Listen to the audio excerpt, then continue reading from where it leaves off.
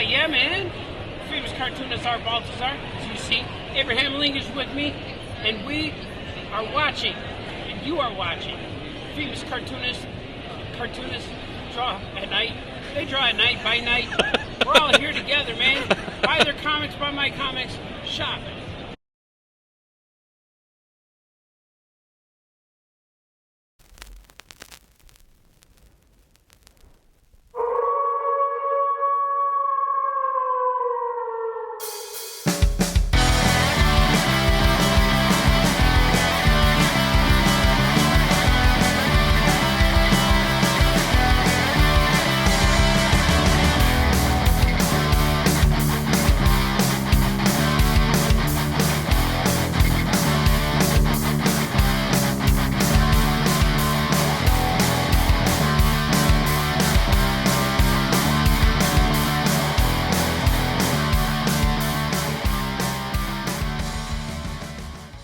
Welcome to Cartoonist by Night. I am your host, Anthony Laatsch. I am joined here by Matt Rodgers, D. Brad Gibson, Toonz by Troy, and a very special guest, someone who says things, draws things, paints things, and sometimes reveals things, the famous cartoonist, Art Baltazar. How's it going, Art? Woohoo! I'm doing good, guys. What's happening? Oh, yeah, Cartoonist by Night. Yeah. Here we are. This is a show that is over a year old. All of us have come together because of Art and Franco and Oh Yeah Comics.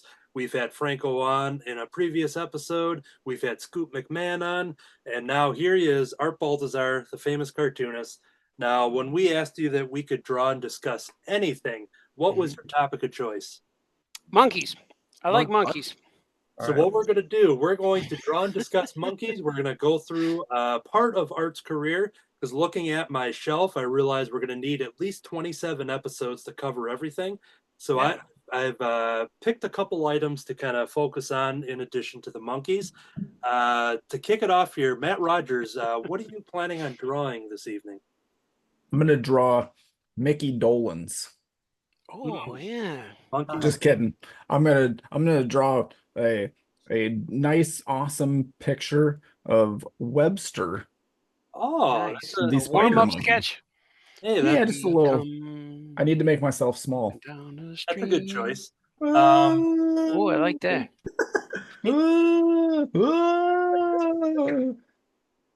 D. Brad Gibson, what are you going to be focusing on tonight? I'm going to draw Webster the Spider Monkey. Woohoo! All right. Oh, what a choice! What a choice! Let's jump over to Troy. What's your topic of choice for the monkeys here? I don't know yet. I'm not sure. Probably Webster the spider. Yeah, that seems like a good choice. Yeah. It's more likely too. Anyone who draws Webster is going to make it into a book as a pinup. You know, because I need to fill pages. Well, what a coincidence. I have some pencils done for a Webster piece that I will be drawing here. Oh, look at that. So I've got some pencils taken care of, so I'll do some inking and coloring. I have my little swatch up there ready. So, yeah, and let's jump over to Art Baltazar. What are you going to be working on tonight? I'm going to be working on a page of Webster Spider Monkey. Ooh. Number 2. Page 5, it looks like he's fighting some ninjas. Webster's fighting some monkey ninjas. In this book, I think it's book 2. I always get confused because my first book was issue 1, double-sized. But then I went and printed another one called issue 0. So issue 0 feels like issue 2, but I really have an issue 0, issue 1, and this one is issue 2. And it's got a story in here by Troy Donagara. Yeah, it's got a 5-page Webster meets Slapshot, Kids Slapshot's in there. Yeah. So eventually, it's going to come out. Eventually it will. Evidently, whatever words you want in the future. Future Anthony will be reading it in the future. Oh, yeah. I just don't know how long to the future. But I got a lot of books I want to make. But I keep drawing pages every day from random books. So eventually all these books are getting finished slowly, one page at a time. But it will be there, man. I only got like 6 pages to go until I can send this book to print. Yeah, I did the cover and all these things. That's a 20-pager? You keep regular comic size, the whole show. Do what now? I need Anthony to keep holding those up for the whole show. Oh, thanks. Reference, yeah. Yep. Those are fun to make, man. just pretend that my pinup is being drawn magically. Future Anthony will take care of Yeah. that. It's funny. Like I created Spider Monkey Webster back when I created Patch the Wolf Boy, and same with Gilbert. They all came out of that same part of me just making characters. But the original Webster, you see it. I think in Webster Zero, it has his original story in there where Yeah, it kind of looks like Tweety Bird a little yeah, bit. he was just Yeah. yellow, no Yes. ears. His ears were tucked in his mask. It's at the back of the book where Right. and he fights the apocalyptic He-Hulk. Like there he is, and he kind of stayed the same, but I changed his colors, and he still has the webs under his arms, and I let his ears stick out because he didn't look like a monkey to me. He did look like a Tweety Bird or a Peep. It almost reminded me of a Peep, and I didn't want his colors to be red and blue like Spider-Man because I don't want to get in trouble. But Spider Monkey's an actual thing. It's like calling him Webster the fox, or Webster the regular monkey. But Spider Monkey's a real thing. So and there's no hyphen. I don't think there's a hyphen in it. Did somebody say Fox? Fox. Oh, look at that. Fox and Evil. Oh, Yeah, we're gonna have that in San Diego. Yeah. Speaking of, there's Troy. Speaking of pinups and Troy, look at that. Now, Art already answered my first 10 questions, so we're off. Yeah, man. I remember in Troy, I didn't even know who you are yet. I just knew you from Instagram. And I thought you were a little kid. Like, who's this kid? Like, I thought, and you just started drawing that and maybe tag me. I don't know what the kids say. Did you attach it to me or tag me or send it to me? Somehow I got it. And I said, this is cool. And I said, I got my first fan art. This is awesome. Yeah. I'm not sure how to take that you looked at my artwork and thought I was a small child. You're right. I'm glad you dug it. Yeah. But then when you wanted to put in there drawn by Troy, age 8.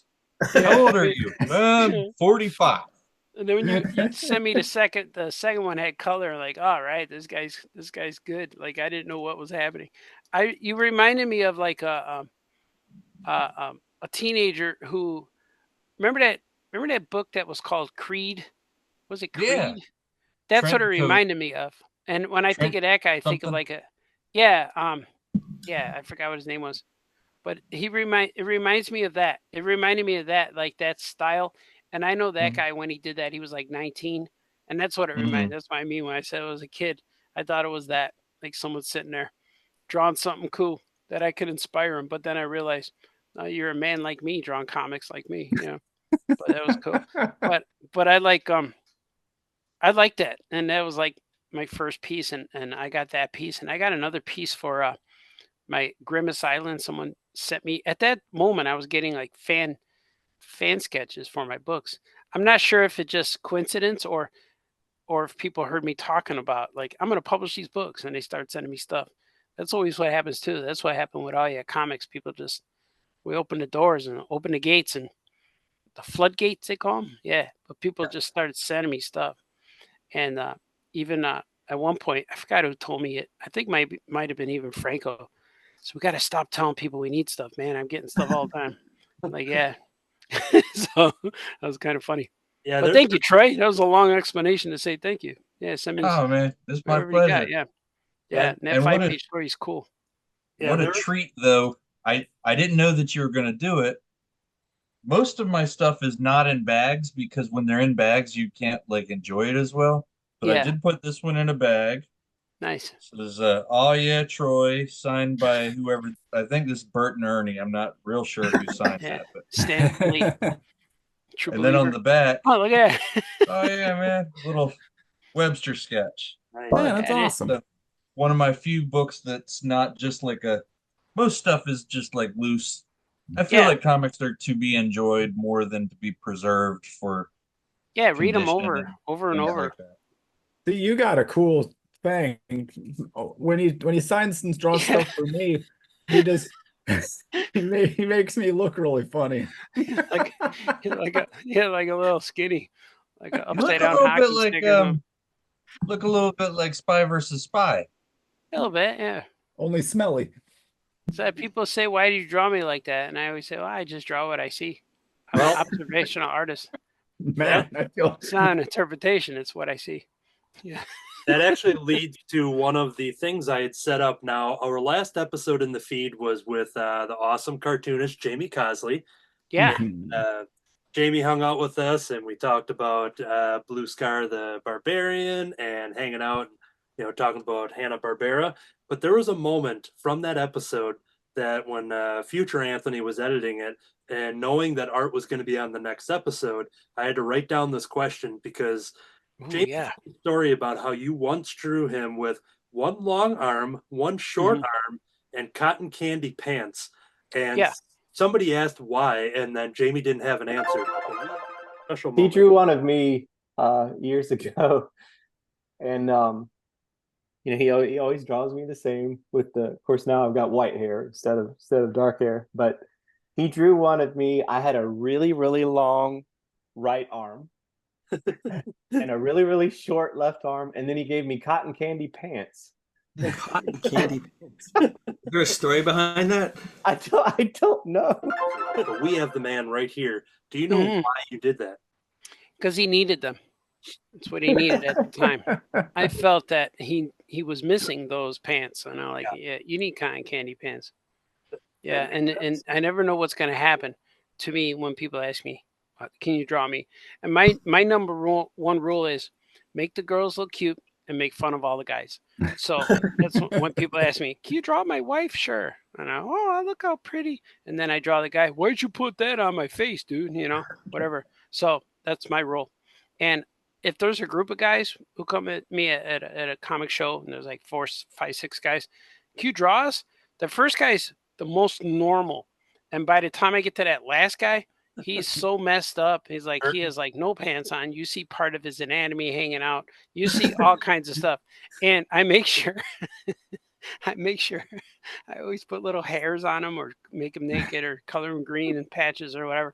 But I just remember drawing a guy one time and all he said was, dude, what's that? And I said, that's your fur patch, man. And he went, all right. And he walked away. I'm not sure if he liked it or not, but I always make sure I draw the guys real bad. And if you get a sketch from me on a Sunday at a show, you're going to get me at my worst or my best, depending on your point of view, Don't ask them till 3:30 on Sunday. You'll get the best drawing. But that's when I'm usually beaten up. But they're fun, man. I love drawing people real silly, and I never know what's going to happen. I like making things into, like, their appendages into items, like a hockey stick for a leg or cotton candy pants or like a flagpole coming out of her ear or whatever. But I like to do stuff like that. It's fun. Well, I think, true. yeah, I believe it. There's no better answer than that. Yeah. Now, so Webster the Spider Monkey, we're all drawing Webster in the background here. I like those. Those are cool sketches there. The D. Bradphone sketch, yeah. You got a couple, D. Bradphone home. Yeah, so what we're going to do is we're doing that. Feel free to jump over to your share screen as you're kind of drawing, talking along. We'll jump in and out. Yeah, man. See some of your stuff. We see our stuff back and forth. But yeah, you already kind of talked about, creating this character, and you've got some separate issues. But what was he originally made to be kind of part of the Oh Yeah universe immediately, or do you always have you always need a certain hook to kind of make everything connected? I had him before I created the Oh Yeah Comics universe, so I'm not sure where he connected it in the beginning. In the beginning, I was just wanted to draw like a Spider-Man type superhero, and at first when I made him, it was just going to be a spoof, like a parody. I was just gonna. Oh, I know why I created him. Is because at that time there was a lot of web comics coming out. It was even before webtoons or all these other things. Okay. It was early on. They didn't even have Facebook, so it was early on in probably 99, 2000, 2001 maybe. I was drawing comics just to put them online as web comics, and there were several sites. One of the sites was Drunk Duck was one of them. I was on there for a little bit. I think it's gone now, but that was Wolf Boy comic strips were up there. But there was another one remember when MySpace was happening? There was you guys were probably babies then, but it was like we're still in college. Dude, I was in 8th grade. But that was happening in 2001 maybe, 2000. MySpace happened, and then during that MySpace time there was one called Comic Space. And it got real hot, real popular for like 2 weeks, and then it went away. So I don't know what happened to that. But I was making comic strips to put on Comic Space, and it was all web stuff. And I was going to do just short parody books, little 4-page comics with Webster fighting the post-apocalyptic He-Hulk. Like he was like hee-haw, like He-Hulk. Like, and then I had a little guy made out of rocks called the Ting. He was real small. He was like the Atom, but he was the Ting. And I had a Captain America guy, but I forgot what I called him. But I never got past that one strip, and I started drawing. I started drawing more stuff with Webster the Spider Monkey, and mostly I was having fun creating bad guys, like the octopus platypus hybrid called Dr. Octoplatypus. Yeah. I liked him, and I liked Rhinoceros Jack was the character, the guy who got turned into a rhino, and I had another character who's a giant Frankenstein creature who screams and shatters windows. Her name is now Eureka Frankenstein. So she's going to be an issue 2. And she's got to have a backup story after Troy's story or before, whatever. And it's going to be a number 2.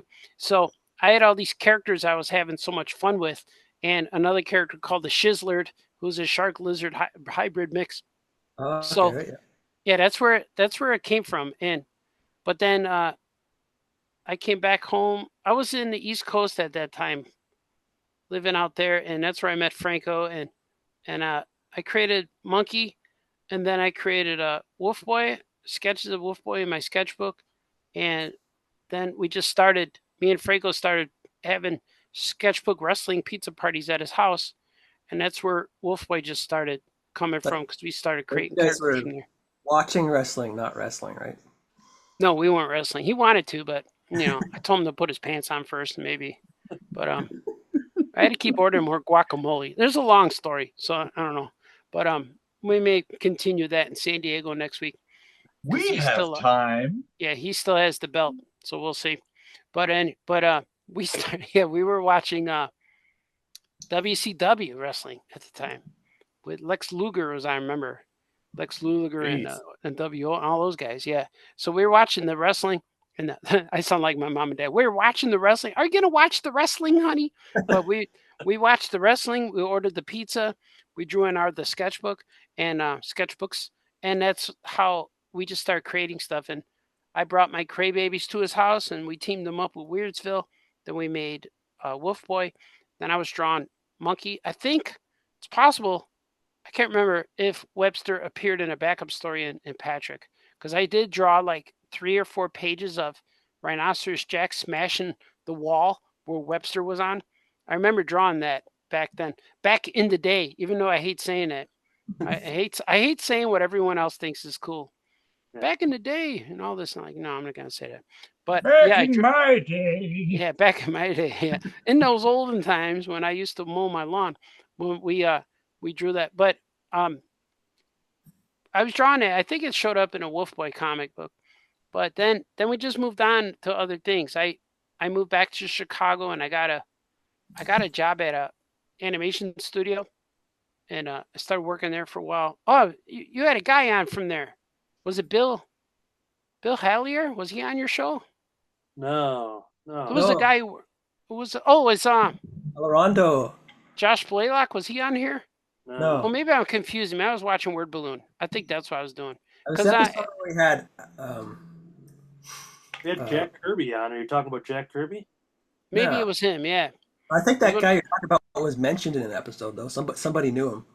Yeah, because when we were I came back from Chicago, I got a job in this animation studio. What about Greg? Did Greg know the person? Maybe. I can't remember, because I watch all kinds of live streams. I forget, between you guys and Johnny and Jamar. I just watch all these things, and I listen to them a lot while I draw. But when I was came back from Chicago, we went to JRL Enterprises was the company, but we used to make video game software for educational video games for kids for schools. So all of the games were they were real fun, like just kids swinging on swings, kids walking in the classroom, just stuff like kids moving, like because the kids would play the game and they click, and then the kid would jump off the swing and then go do another thing. So, but my job over there was to create characters for the games. So, Okay. yeah, I worked there for about 6 months, and every day I would just sit there and draw, make up characters, and it was an awesome job, man. It was like a dream job. Like my boss would come in and give everybody a list of characters to draw. He would have like a sheet of paper that had like 30 or 40 names on it, and he would say, "Okay, you draw this one and this one." He'd give him he would hand out characters, and then when he would go to every artist and he said, "You draw these two, you draw these two," and then when he came to me, he looked at the list and said, just draw all of them." And then I drew all of it. I designed all the characters they needed, but they were like Larry the lion and like Jerry giraffe and like Elmer elephant, like all the real just generic. There wasn't Okay. anything to them. Like they just gave you a name. Create an elephant with. So I would create a realistic elephant, and then I create an elephant like with a bow tie, and then I make one driving a car, and I would do all kinds of stuff. Like that's what it was my job to draw the elephant, but I would give him like 6 different versions of each character. So that was real cool. So a lot of my and then and that's what I was getting at. And then when the time I had a lot of downtime because once I design a character and they color it and one gets approved, then I got to maybe retweak it or something. But we had a room full of artists. It was like 30 artists there. So I would draw the initial design and then it would just go. And then by the time it made it to the video game, maybe it was tweaked or different. So I would draw for about a week and then I'd sit there for like 3 weeks waiting for the next assignment. So at this time, I started to create a lot of characters like Webster and all his villains. So that's where a lot of his villains I created in that place. And same with Jimmy Dido and a lot of my characters. A lot of characters came from there, which was kind of fun.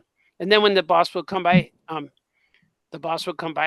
give me an assignment, I put my drawings away and just start because I even asked permission. I said, "I'm just sitting there, man. Like, what do I do? Like, can I draw my own characters?" And they're like, "Yeah, go ahead, but just if you got work, do our work first." I'm like, "Yeah, no problem. That makes sense, you know. Like if you working anywhere, you got to do the work first, you know." And so that was cool, and I really liked that job. And but it was a government funded job, like Oh, grant money. So okay. when we got a new president, all the grant money went away. So like Mm. when remember that whole thing with George Bush and Al Gore and the whole Florida mess, Sure. and I don't even know the details, but I know that if Al Gore won, I would still have a job. So I was looking at that Florida like, come on, man, just count those ballots. Come on, I need a job. And then he lost, and we all knew. Like the next day, all of us in the whole place knew we were all going to be sent home, and it was true. And like Boy. they had like 30 guys, and they got it down to like 10 guys or something, 12 people. I had heard a rumor that instead of calling it a hanging chat, it was just going to be a hanging art. So Yeah, it's going to be famous cartoonist makes guys listen. Makes guys tell things. I don't know, maybe because I had some Hooters today. I went with me and Brian Lynch hung out. We had lunch. We had wings and stuff. Yeah. So maybe that's it. I'm still all hyped up because I have Hooters for breakfast. That was breakfast. Breakfast. Yeah. Did that answer the first question? I have 3 pages of questions, and I just threw them out because you took care of it. Did I? Well, It's we're more gonna, like a checklist. I like all these drawings though, man. It's a cool. yeah, we're I gonna know. go take a look at Troy them. does pretty good. Look at us. The purple. The orange pencil. It looks like. So, Art, if Is that you orange? want Was to back just out of the share screen, then we'll take a good look at everybody. Mm-hmm. You want to hit the stop share screen? Maybe I can do it too. Yeah, you Yeah. can. You have the power, Anthony. I have the power. You got the touch. Ooh, I just Pew, pew, Yeah, pew, that's it. pew. Okay, so That's yeah, cool. let's take a look. So, D. Brad, you got some sketches going on over there. You want to talk about what your process is with Webster tonight? Well, first I did ones from Art's covers just to practice. Just to practice. They look cool. And then, but when I draw him on my own style, he has a longer body, Oh and so yeah, it's just one with like not based on any cover, but yeah. and then Oh, this look one at him. Yeah. reading a comic, Oh but yeah. I noticed he had looks kind of like a Richie Rich character, Yeah. doesn't he? He's got some chubbiness to his body. Like Is he normally, laying on his yeah, he looks stomach good. or on his back? Yeah, cheer up, yeah. Yeah, Yeah, he looks good. I haven't put the markings yet, except for these ones. Yeah. And then now I'm working on another kind of pose here. Oh, that's cool. There I you got go. another character who's going to join his universe called Madam Webster. But I got to figure out who she is still. I got a little drawing of her, but I don't know who she is. Maybe that's a mystery. Yeah. Madam Webster. The real question about Madam Webster, is she a beautiful young woman or is she a crotchety old lady? I'm not sure yet. She looks just like Webster. She's got the same suit. But she let me see if I got a picture. She's in my sketchbook. But I don't know what's gonna be. I saw that movie and it just confused me more. It's like watching movies lately. I know what they should do to the movie as I'm watching it. Yeah. And they didn't do any of that. And I don't know why someone in that room didn't come up with the basic idea that I had while I was watching. Like she don't look like nothing. I just have her eyes. I'm gonna show her to the camera. There she is. It's stupid, but she just got mean It's eyes. perfection. Yeah. But I gotta say, D. Brad, out of Yeah. all of your drawings, Yeah. I could see I'm liking him more and more every week. Like your last Hanna-Barbera ones. Yeah. Like normally, all right, it's a compliment, but weird. But like early on, I saw your drawings and I could say, "Oh, that's a D. Brad drawing. D. Brad drew that." But your Hanna-Barbera ones, I couldn't guess. Oh yeah. They looked just like him, and I was like, "Wait, that's D. Brad." That was the reaction. Like I remember you a year or two ago, you sent me a Gilbert sketch where he's underwater playing ukulele, Yeah. and I tried to get that. I think I sent it. Was it in the book? Did I make it into the book? I don't know if it did. I don't know. But I don't know. I know I sent it to my publisher. I said, "Hey, here's some fan art," but I don't know if it made it in there. But that was cool, and that definitely looks like a D. Brad drawing, you know. Yeah. But now like these here, like wow, that just looks like a different take. Like seeing my characters drawn, like even that one, the Troy one up there, that looks different than your other monkey drawings you did. Yeah, it So does. Yeah. like they're evolving. Yeah, it's cool, man. Maybe it's just me looking at you guys draw my guy. Like even Rodgers his looks good too. Right, see, I pronounced the D. You can't just glaze over the D. Hey now. It Hey, man. stands taller than all of them. Hey man, Hey, man. is that Rodgers? It is. It's Captain Rodgers. Yeah. Well, I don't know. We'll edit that out. I know. Anthony, future Anthony. well. Yeah, future. When I look at this Captain Caveman, Oh yeah. it looks like to me it looks like I drew it because he's got different. Yeah. In the eyes, you see it. Yeah, I remember your. Yeah. Oh, there he is. Yeah. Yeah. To see that looks, I can see you in there, but like the first glimpse of him, I don't think it's like I asked. Wow, who did that? Yeah, that was cool. I could tell that you grew up with those characters. I could just see it. There's a lot of comfort in there. Yeah. Yeah. Yeah. Well, yeah, a lot of my characters growing up look like those guys. Yeah, and that's a lot of reasons why I couldn't get other jobs. Like I tried out for a lot of them, a lot of cartoon books that I never got because I drew them too much like me. They always said that it looks like you drew it, and that's why we can't let you have it. I'm like, wow, because like I tried out for SpongeBob and Looney Tunes, of course, and Family Guy, The Simpsons. But they always look like I drew it. Like they couldn't get past like it's not unless I was drawing Treehouse of Horror. That's the only way I could do it. Yeah. Yeah. But like, Yeah, when I worked on Ed, Ed and Eddie, yeah, the, like probably like the first 3 weeks, all I was paid to do was to draw the characters, learn how to draw them, yeah. and then, but still, even with my rough thumbnails, the eyes, you could always tell it was a drawing by me based on the eyes. Oh yeah, They yeah, always were correcting my eyes. yeah. I would work with Warner Brothers in coloring books, Looney Tunes coloring book. I was in an art studio, and I can never get the characters right, but I was always good and fast with the layouts. Like I would like if it took place on a pirate ship, I would be able to draw everything in the layouts, and then the inker would tighten it up. But my characters always looked weird, and my co-artist there used to say my characters look crayish, too crayish because of cray babies. I was drawing it. They look too crayish. And I said, well, I draw crays every day. And like, yeah, it's coming into the Warner Brothers universe. You got to stop, man. But it was kind of funny. Well, Yeah. speaking of the old creations, we're going to switch over to Patrick the Wolf Boy and talk a little about that. We heard some of that from Franco when we had him on the show, but we kind of want to hear from you as well. We had Franco tell the story, and I've heard him tell it many a times, but I'm kind of curious your side of it, of when you two met in that situation where he was frustrated with a fan and you came up Oh and yeah. on the tail end of it. So feel free to kind of talk about the meeting with Franco evolving into Patrick the Wolf Boy. Yeah. Yeah. We were doing a Hurtin' show in Northampton. Was that Massachusetts? Somewhere up there. It was one of those Holiday Inn shows where they had the show floor.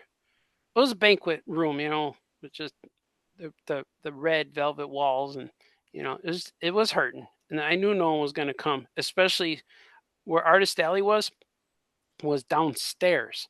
You had to go down, not like a whole hallway, but there was steps, and I know no one's going to want to come down there. So I knew that we were the basement, no one's going to want to come down there. So I knew this show was going to be a bust, and we were just setting up. We were just getting there. So I was arriving, I'm pushing my cart, found my table, and then I saw this giant handsome man yelling at this little kid. Yeah. And all I heard is, well, if you don't like my book, you don't have to buy it. Get out of here. And I went, wow. I said, you sell a lot of books using that like that? And he went, what? I'm like, yeah, that does seem like a good tactic. And he's like, oh. I'm like, hi, I'm Art Baltazar. I'm your neighbor. And he's like, damn it. So he was so mad. And then I start setting up next to him, and then I didn't know the whole story that the kid was critiquing his book till later. But I set up all my stuff, and then I went over by his table. I'm like, oh, these are your books? Like, you mind if I look? And he went, oh, go ahead. And I looked at him and I said, hey, you want to trade? I'll trade you 3 of mine for 3 of yours. And he's like, yeah, okay.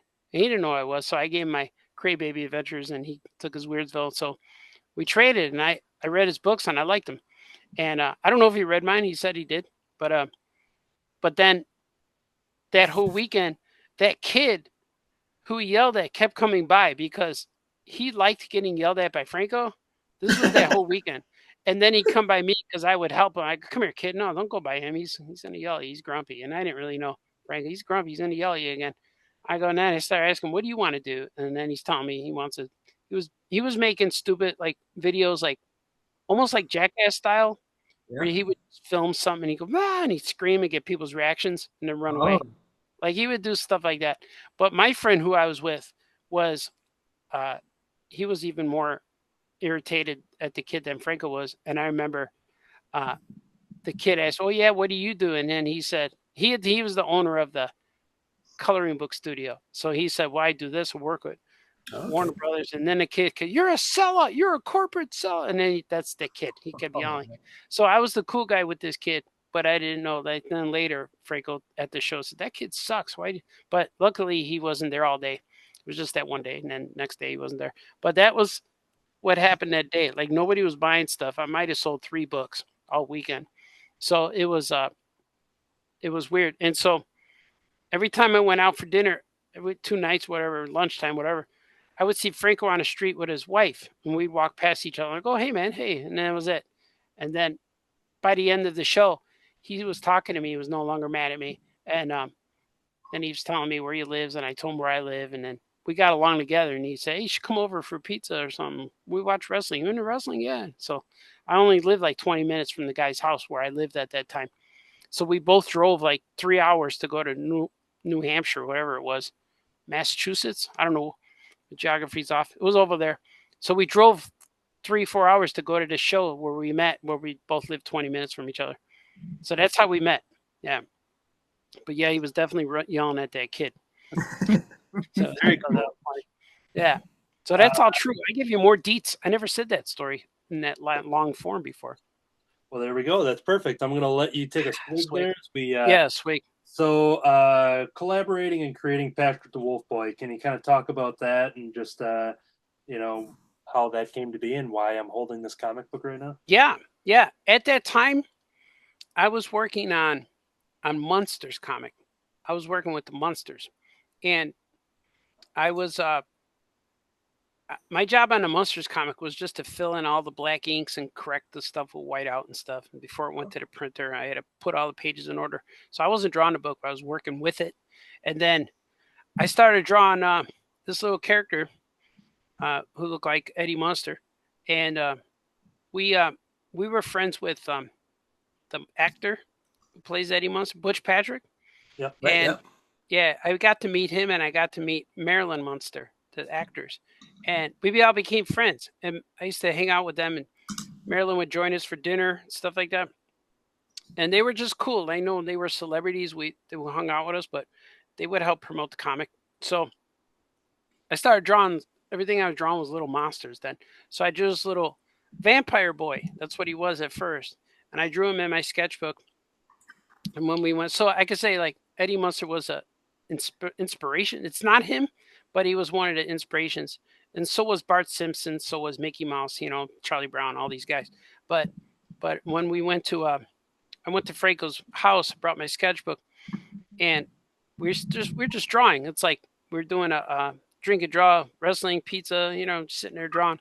And I showed him this. Hey man, check out what I drew. And I had all these characters in there. Gilbert was probably in there, and the Spider Monkey was definitely in there. But I drew all these characters, and I had my Yogg's book was in there because I was at that time. I was drawing my Yogg's book, the original Yogg's from 1998. I was finishing that eventually came out with. I put that in comic shops because when I drew Wolf Boy, Franco looked at that and like, oh, he's funny. What's his name? And I named him Patrick. And at that time, my brother, his name's Patrick, and he was living in the jungles of Guatemala in a mosquito net and getting malaria. He was doing that whole thing. So I had a picture in my sketchbook of Patrick Wolf Boy, who became Patrick Wolf Boy, and another character who was Patrick the Jungle Boy. And then I just combined it and turned him into Patrick the Wolf Boy. But he was Patrick the Vampire Boy. And then I had the teeth. The teeth were real big. They were longer. So I sketched them some more, put the teeth the other way, upside down. I'm like, no, that don't look so. His teeth are facing down. And then I wrote it Patrick the Wolf Boy because I liked what he looked like when he was fuzzy. Because I had Patrick the Jungle Boy and him, and I put a guy in the middle who was fuzzy. So then we just started coming up with stories immediately. Like, oh, maybe he just growls and he just does this and he lives with normal parents and he's from the suburbs and all this stuff. And then we said at that time, Franco told me this is going to be a hit. This is going to be the character that everyone's going to know you from. I'm like, really? He says, yeah, I could tell just the way he looks and people are going to want to read him. And we don't have to explain what he is because you could see what he is and people are going to want this. And he said, we should make a book. I'm like, cool. And at that time, we were already working on the Crybabies Meet Weirdsville. And we were also I was working on Yogg's #1. It was called Yogg's and Krenobi Tales. It was the first one I did, the original. And we published Cray #1, Cray Weirdsville #1. We published Yogg's and we published Weirdsville #10 maybe, one of those. And then we did 2 Weirdsville. We did Weirdsville, and then one was called Remote Control TV or something, TV Remote. And we did all those books, and then our next book was going to be Wolf Boy. And Diamond Distributors told us not to send them any more books because we don't sell. Our books don't sell. And my highest book at time numbers was 158 copies for Yogs. So they said you need to meet the 3,000 mark or whatever the mark was. I think it was 500 to stay in the catalog, but 1,000 to 2,000 to stay successful where they stop bugging you. Because every time if our book didn't sell over 500 copies, we'd have to buy an ad because the catalog told us they need to make $1,000 from us every time we solicit a book. So if we only sell a few hundred, say I sell 150 copies, well, Diamond takes half of that, so we're only making what, $75 or $70, $80. So they needed to make $1,000. So we'd have to buy a $500 ad every month. Every time we solicit, we have to pay for an ad. So that started to suck real fast. So Diamond eventually said, we don't want anything from you guys ever again. And it said, we don't want any books from Blind Wolf Studios. And that was, we combined, it was Blind Wolf Electric Milk. That's what our company was. We combined. And so we got mad. And Franco actually called up Diamond and had a discussion. And there was a lot of yelling and things like that. And they pretty much told him, that was a mistake, wasn't supposed to go out. It was like, yeah, but we got it in the mail and someone put a stamp on it saying you signed it, so it was an actual letter. So it was not, we didn't have email. It was all letter. Everything was letters. So I got mad at them saying that, now you're telling me I got to call my mom and cry and then go get a job as a truck driver. Is that what you're saying? So I'm willing to do that if you're saying that I can't do it. And they said my artwork was not up to professional levels and all the standards. So me and Franco quit. I quit comics.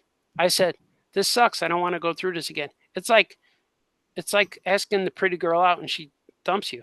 It's like your best friend just died. This all fits in there where it breaks your heart and you have to move on from it. So we said, Franco used some terms and starts with S or F and ends with this. And it said, and then he said, F them, F this. We're going to do our own book. We're not going to distribute it. We're just going to print it. Kind of like what's happening now. Like it all recycles. And I've been through this many times. Like this was already 1998, 99. I started publishing in 92 and I went through this 3 or 4 times already. Finally, it came down to seriousness because now I was in the only catalog in town and they just dropped me. So we said, we're going to print Wolf Boy anyway. We're just going to print this. And that's going to be my swan song. Wolf Boy #1 was going to be the one book that I was going to make. I was going to print. Then I was going to go back and go home back to Chicago, go drive a truck or work at a hardware store, whatever I was going to do. I was just going to move on. Not going to worry about being an artist, being a famous cartoonist, and not worry about it. So we did that. We went to Florida. We met Magic Johnson. We did all this weird stuff. We met a bunch of people. We hung out with Butch Patrick some more. And then when we got home, we got a purchase order for 4,000 copies from Diamond Distribution. And we're like, how did this happen? We just said F you to those guys. And then Franco got mad at me right away. He says, why did you send him the book? I said, I didn't send him the book. What are you talking about? He goes, well, who sent it? I don't know how I didn't send the book. And then so he called Diamond and they said someone from your company sent it. And they said, well, who? And they said, well, it's this person called Tacky Beckett wrote in. I'm like, Tacky Beckett? And inside of our book, we have all these fake art staff. We have Tacky Beckett, Joy Baggins, we have even Dr. Louis Flamingo Jr. is still my editor, but all these guys are in there. Like we have Domingo Flamingo, who doesn't even speak English, but he's our letterer. He's from the old country, but we had all these people in there who were all like, we need a staff. It just can't just be me and you. So we just did all this stuff. And they told us one of those people sent him the book. I'm like, all right, you guys are out of your mind. So when we got that purchase order for 4,000, again, we're like, hell with these guys. They canceled us. How dare they want this? And then we did some adding, like we did adding and said, how much money are we going to make profit? And we're like, oh, we're going to make a lot of money. And so we're like, what should we do? Like, let's print their copies. We printed it and sent it to them. And then we're like, all right, we got their check. for the books. And then we bought computers, and I'm like, what are we gonna? That was my first computer I ever had in my life. And then we're like, what should we do now? And I like, we should make another one. And so we made another one, and then that sold. Then we made another one, and then that sold. So now we're back in the catalog and we're selling comics. So that's kind of like that's what happened with Wolf Boy. I don't know. Who did send Yeah. it? You should have given I don't it know. away earlier. I think they picked it up in Florida. I think somebody came to our booth in Florida and bought it and took it back, and like, these are those guys who wrote those nasty letters, who phone calls and cried on the phone with us all night to 2 a.m. These are the guys. So I think that's what happened. I can't even think about, and it had to be somebody who knew us, because they threw down the name Tacky Beckett at us. They probably saw that. I'm thinking we probably told them at the show that we got all these people. Oh, it was funny, because that same show, we were there the day before the show, setting up, and there was 2 guys next to us setting up their spot, and they're like, "Hey, guys, you aren't Franco?" We're like, "Nah, man, nah, we're their setup guys." I'm like, wow, they got setup guys? I'm like, yeah, they'll be here tomorrow though. If you want to meet them, they'll be here tomorrow. And they're like, wow, man. And then I hear them, well, we should get setup guys. Wow. And I'm like, yeah, we follow them all along the road. We set up the tables before they get here. And yeah, they'll be here tomorrow though. They'll be happy to see you. We'll tell them to say hi to you guys. And I'm like, oh, cool. And then later on, we saw those guys at the hotel bar. We're eating dinner or whatever, and we're sitting at the bar. And then I asked them early in the conversation, like, oh, you guys staying here too? And they're like, yeah. And I'm like, oh, what room? And they're like, oh, 402, whatever they said. And I'm like, oh, cool. And then I just they gave off the info. I just asked them, and they told me what room they're in. So then when we got our bill, the lady saw, I was sitting right next to them. You want it on your room? I said, yeah, just put it on room 402. And they're like, hey, and they got real mad at us. You can't. I'm like, oh, I'm sorry, dude. It's like, oh, wait a minute. I'm just goofing around now. I'll put it on my room. I'm sorry. And they're like, man, you guys are jerks. And they were mad at us. That's like, man, you setup guys suck, And so the next day when we showed up the next morning, they saw it was me and Franco. Wait, you guys the whole time? So they were kind of like laughing. I thought that was funny. That's a real Fletch move, putting it on the Underhill's bill. That's basically what you were doing. So. Oh, really? I didn't. I got to see Fletch. Fletch? You've never seen Fletch? Never saw Fletch. My God. Well, that wasn't we'll take a break. We'll all watch Fletch, and we'll come back and finish up the story. Future Anthony would tell us. Yeah. Instead of that, now nearly a quarter of a century later, you come out with another Patrick the Wolf Boy #1. But what is different about this one, Art? That one's in color. Yes. That's the main difference. Yeah, it's all color. And the printing of that, the majority of the books, probably about 3,000 of them, went to children's hospitals, donated to kids. Yeah. And that one was a collaboration with Comic Tom and Comic Books for Kids. So Comic Tom has this secret subscription thing. He sells you a box, like a loot crate kind of thing, and you'll get one of my books. It was that way. We did 2 Patricks, and then we did 2 Lunar Lizards. I got 2 more coming, but it's I don't know when they're coming. We're at Comic Tom's schedule, so I don't know how often he prints. We wanted to do it every month, but it's real easy to say I'm going to do a monthly book, and then trying to do it. It's not as easy.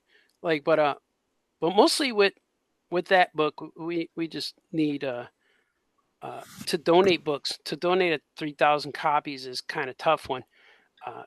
If you have to pay for it. So that's mostly it. We're trying to get donations and sponsors. But that's the backstory of that. But the that book is real cool because I'm working with Comic Books for Kids now, and I met them about 6 years ago or so. But we became good friends, and we're releasing a book called Comic Books for Kids #1, and it's going to be coming up probably in August, September. I wanted to print it before San Diego, but it's running into tightness. But I'll get it next month. I'll send Future Anthony some stuff if you want. And but that's cool, man. Like, I just love making comics, and any way we can make comic books and get them to kids, and especially the kids in hospitals. Like, they don't buy the comics. Whatever they get sold, whatever gets sent to them, I like that because I know they're going to read them. They take pictures and they email me and they send me photos and stuff. It's really cool. And I just want, and like every artist, musician, writer, actor, whoever, you want people to see your art. That's the number one thing. Is like if you play a song, it doesn't do any good unless someone hears it, you know. And a comic too, you want people to read it. So that's the number one satisfying thing. Is like get these books out there for kids to read, and we just have to be able to do what we want to do. Do what we do what we create. And I know that we would all be making comic books, even if no one read them. I know we would. Look at that. He's orange. Look at that. He's coloring Webster. But I know we'd be doing this no matter what, you know. And that's why I know that's a true artist. Like it's hard to wake up, you know, as an adult and say, you know what, I'm going to be a cartoonist today. I'm going to decide when you haven't been interested all your life or been drawing or sketching at some point, you know. I know a lot of guys who tried that and it just doesn't stick, or they try it for a little bit and they're like, no, that wasn't worth it. And they always ask me, how do you make money in comics? And I'm like, I don't know. You just This gotta doesn't pay you anything. just gotta keep doing it, you know. And there's ways you just gotta keep drawing. And I was able to quit my last job in like 2001. It's the last time I had worked for anybody, like where I had to be there every day, punching a clock, whatever. That's the last time.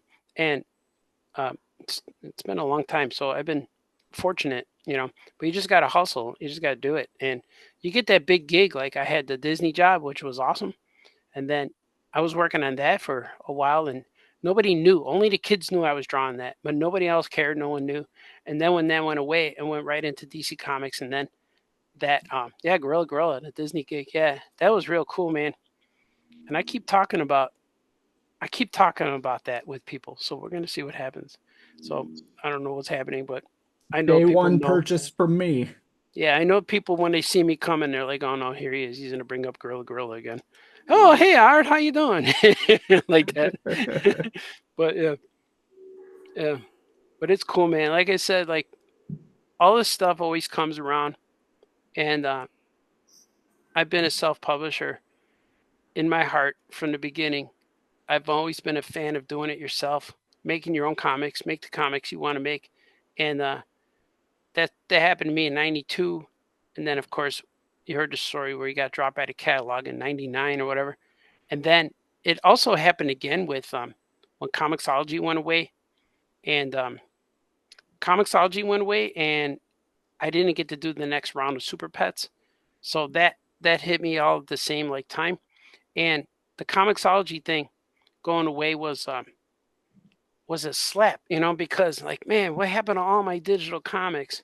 So that's when I started printing my own things, and I said I think I could do a monthly schedule, which I pretty much keeping it pretty much. And I knew that my site was down for like 10 months, and I'm like, oh man, I'm gonna lose all these fans and blah blah blah.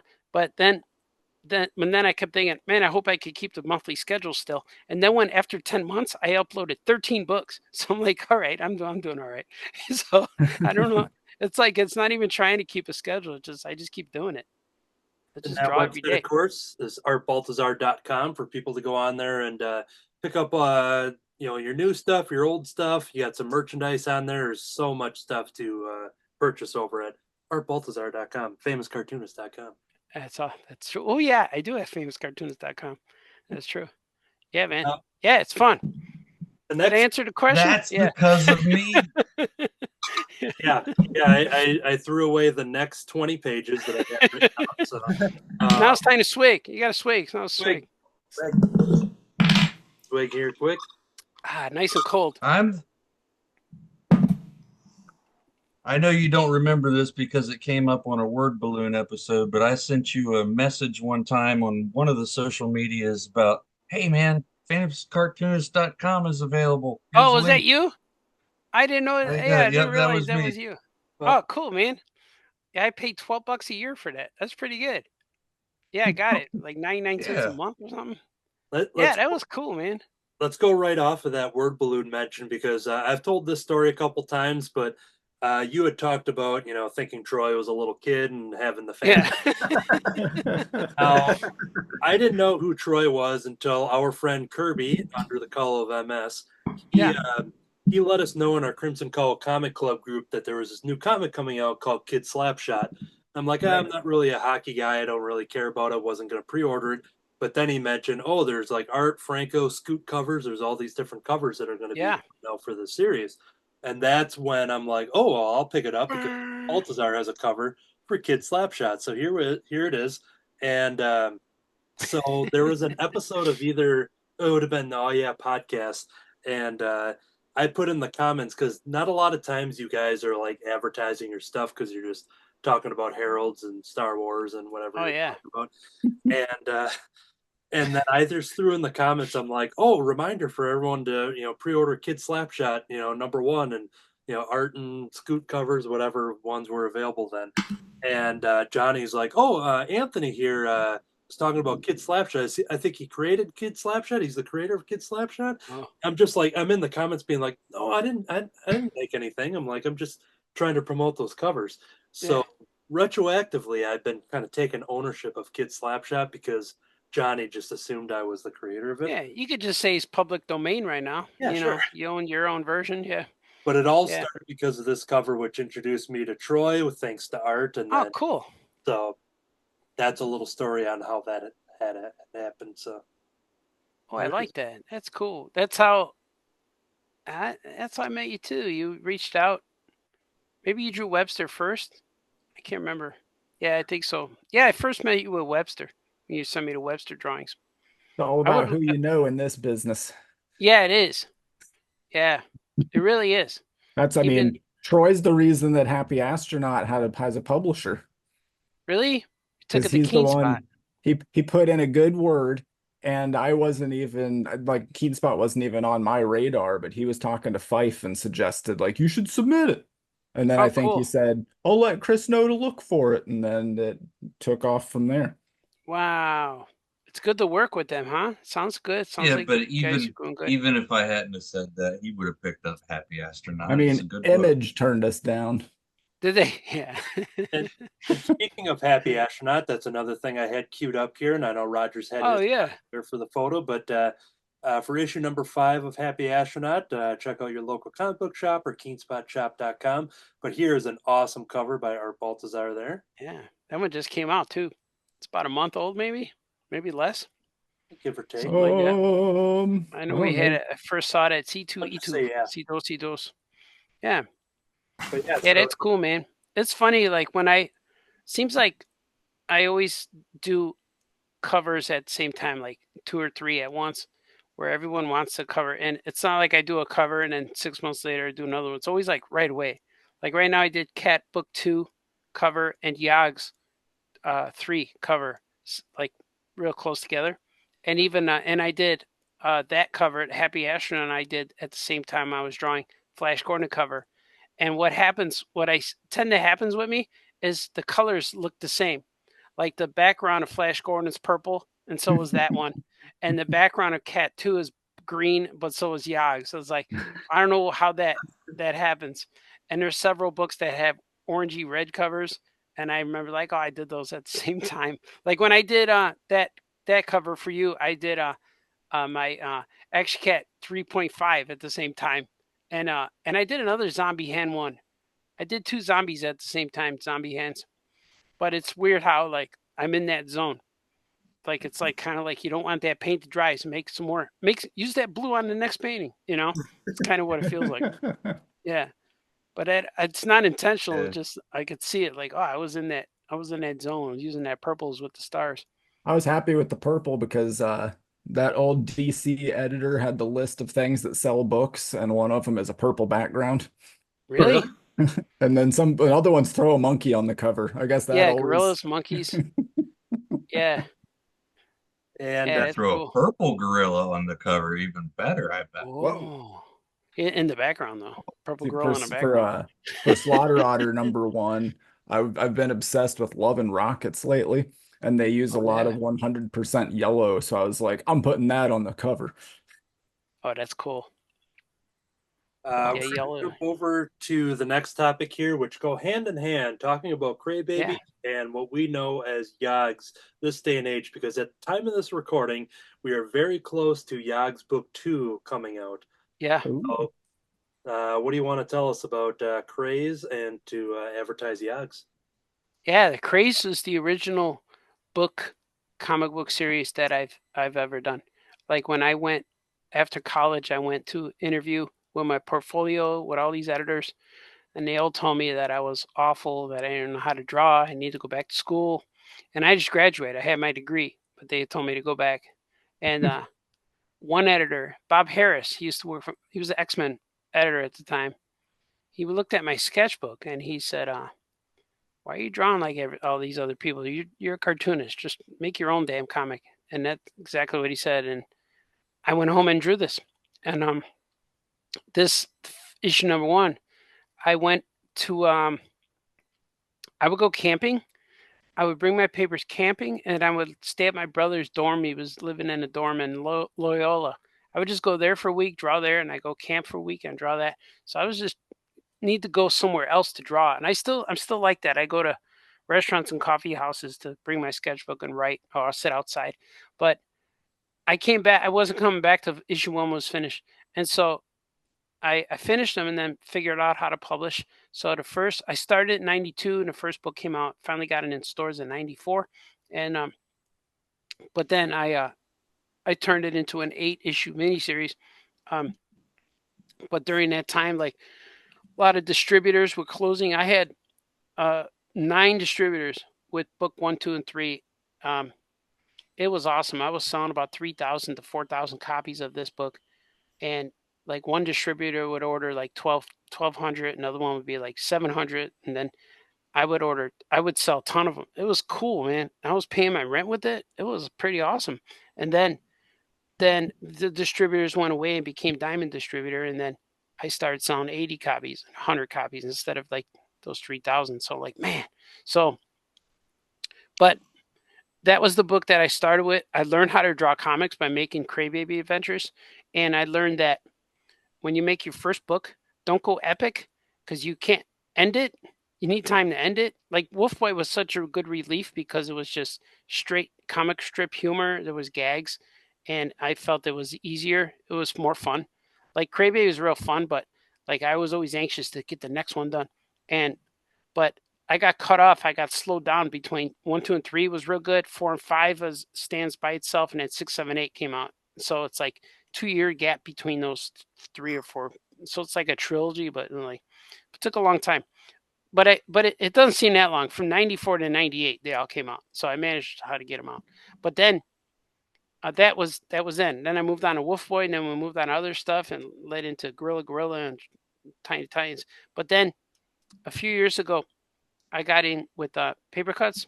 It was the original Paper Cuts before they went to Mad Cave, and I've been talking to them for years. I know them. They were my friends, and I had editors who worked there, and they'll say, "Hey, Artie, when you gonna come to Paper Cuts?" Like, man, I will. I'm drawing this stuff right now. I'm working on Super Pets. I can't quite go. Well, when you're ready, let's go. So I finished all my stuff, and I showed up to San Diego with them, with a whole bunch of cards I made, pitch cards. I drew characters. I drew pitch cards. So instead of giving them a comic, I gave them it's like a movie poster, mini movie poster. This said a little, tell you what it is. And I gave him a bunch of stuff. I gave Meteor Mite, Spider Monkey, Gilbert was one of them. I gave him a bunch of stuff, like probably 10 or 15 of these things. And I didn't think they were I think it was too much for them. And they're like, "Oh, this is a lot here, but thanks, man." They gave me a hug and they left, whatever. But then like a year later, they said, "We want to do Gilbert." Like, "Oh, cool." So we ended up doing 4 books of Gilbert, and that was with Paper Cuts. And they said, "Do whatever you want." Like, they didn't really tell me what to do. They just said, "You have it." They liked what I was turning in. So after Gilbert, we did 3 books, and then we said, "Well, let's do one more." Like, okay, Gilbert 4. And then they said, they wanted me to do more, but they said, "Do you want to do Gilbert 5, 6, and 7? Or do you want to do something else?"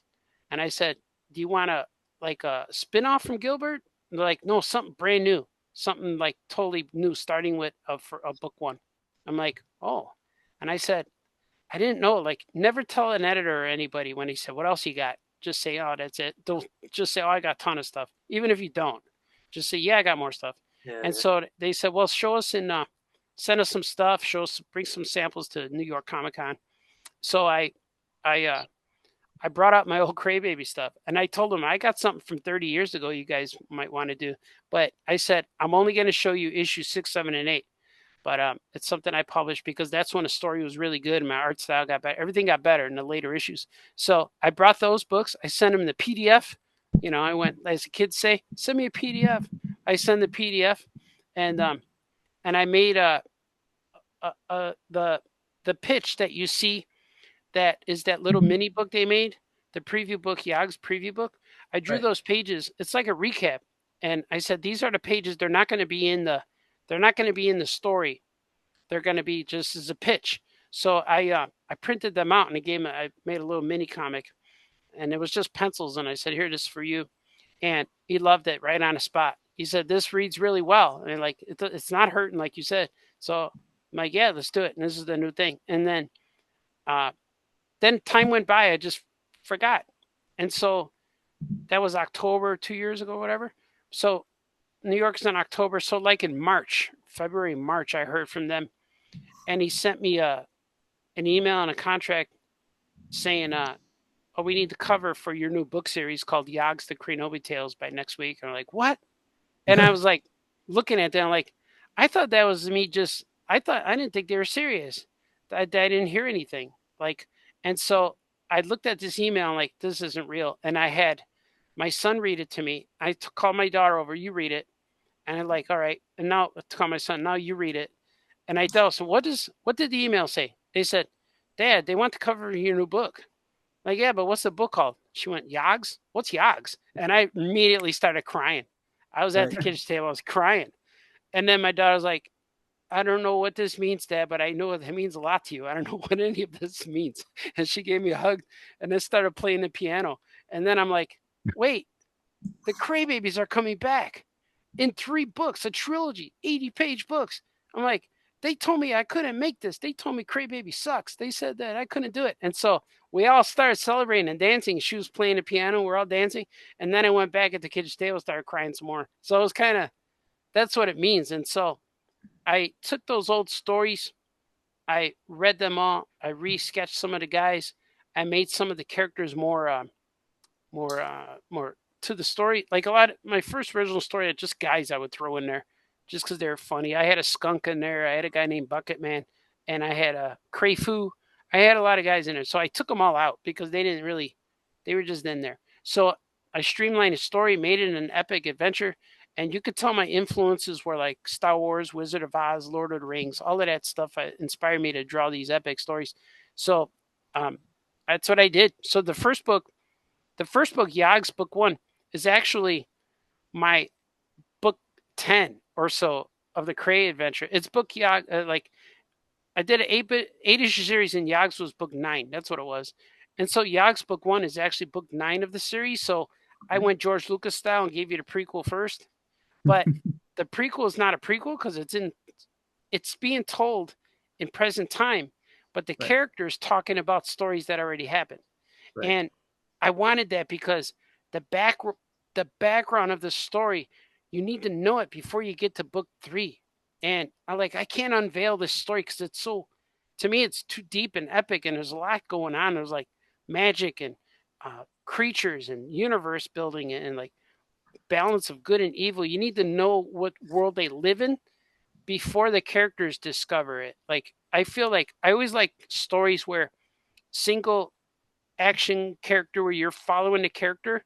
That's why the first Star Wars works so well, because you know the bad guys are attacking, but you're following the story through 3PO and R2. They lead you to the next part of the story. They lead you to Luke, then he leads you to the next thing, and they lead you through it. Where something like Phantom Menace, you kind of know the world before you get to the characters. They're not leading you. They're already, I don't know. It's like different storytelling. So some of the reviews I saw, they said never read the reviews. I only like to read the good ones because the bad ones stick with you. But one of the reviews says, I couldn't get past all the Star Wars references. And I'm like, but I don't have a lot. Star Wars. Only the character's name is Kenobi. That's really all the thing. That's the only thing that's Star Wars in there. But his name's Kenobi. I'm like, that's a cool name. Like, I don't know what to say. And it is a riff off of Obi-Wan Kenobi, but it's cool. Like, I don't know what should his name be? That's his name. So, but like, there's no Darth Vader character. There's no Luke Skywalker. There's no Death Star. Like, it's nothing like Star Wars. But it inspired me. But so it's more like Lord of the Rings, really, because you got this power, the angry stick, and the joy stick of joy and an angry stick. You got the balance of good and evil. You got the orb, which is a mystery orb, magical orb. So it's gonna be cool, man. So that's where it came out. So I rewrote the story, and the first two books of Yog's, book 1 and book 2, are the same story that you read in the original Cray Adventures, but book 2 ends a different way than the original series ends. And book 2 kind of combines. Book 2 is kind of like the whole 9 books or 8 books in one. And the way book 2 ends leads right into book 3. And book 3, I'm real excited about it because I never wrote that story before. I always knew how it ended, but I never wrote it. It never happened. I never published it. The only notes I have are like sketches in an old sketchbook. So it never happened. So when I'm writing it now, it's totally new. And I don't have to stick to anything. I'm moving stuff around. Oh, it's so much fun. But I think book 2, Yog's book 2, is the best book I've ever written. And I think it's better than anything I've ever done. And maybe because I like it the most, but it has so much personal things from me in there. And it has so much history of making comics. And, it's just so good. Like, every character in there is in there specifically, and none of them are wasted. Like, every character in there has something they need to do in the book. And there's a lot of course, book 1 was a lot of setup. And I also heard that reviews like, oh, it's too much setup. I don't know what he's doing. I said, but if you like book 1, you think it's awesome, book 2 is going to blow you away. Book 3 is going to, it's so good. It's like, it gets better. It's like watching Back to the Future in reverse, It's like you watch the book. The first one's the best one. The second one's a retelling, and the third one's its own thing. It's cool. And I'm just really looking forward to it. And it's cool, man. And I was going to say something about book 2. I forgot what it was now. But yeah, it's just cool, man. I hope I answered all your questions. Yeah, you clear that. Time for sweet. I just took another 75 pages off the desk here. Yeah. And when does it come out? Brad, that pose right there is awesome, Brad, by the way.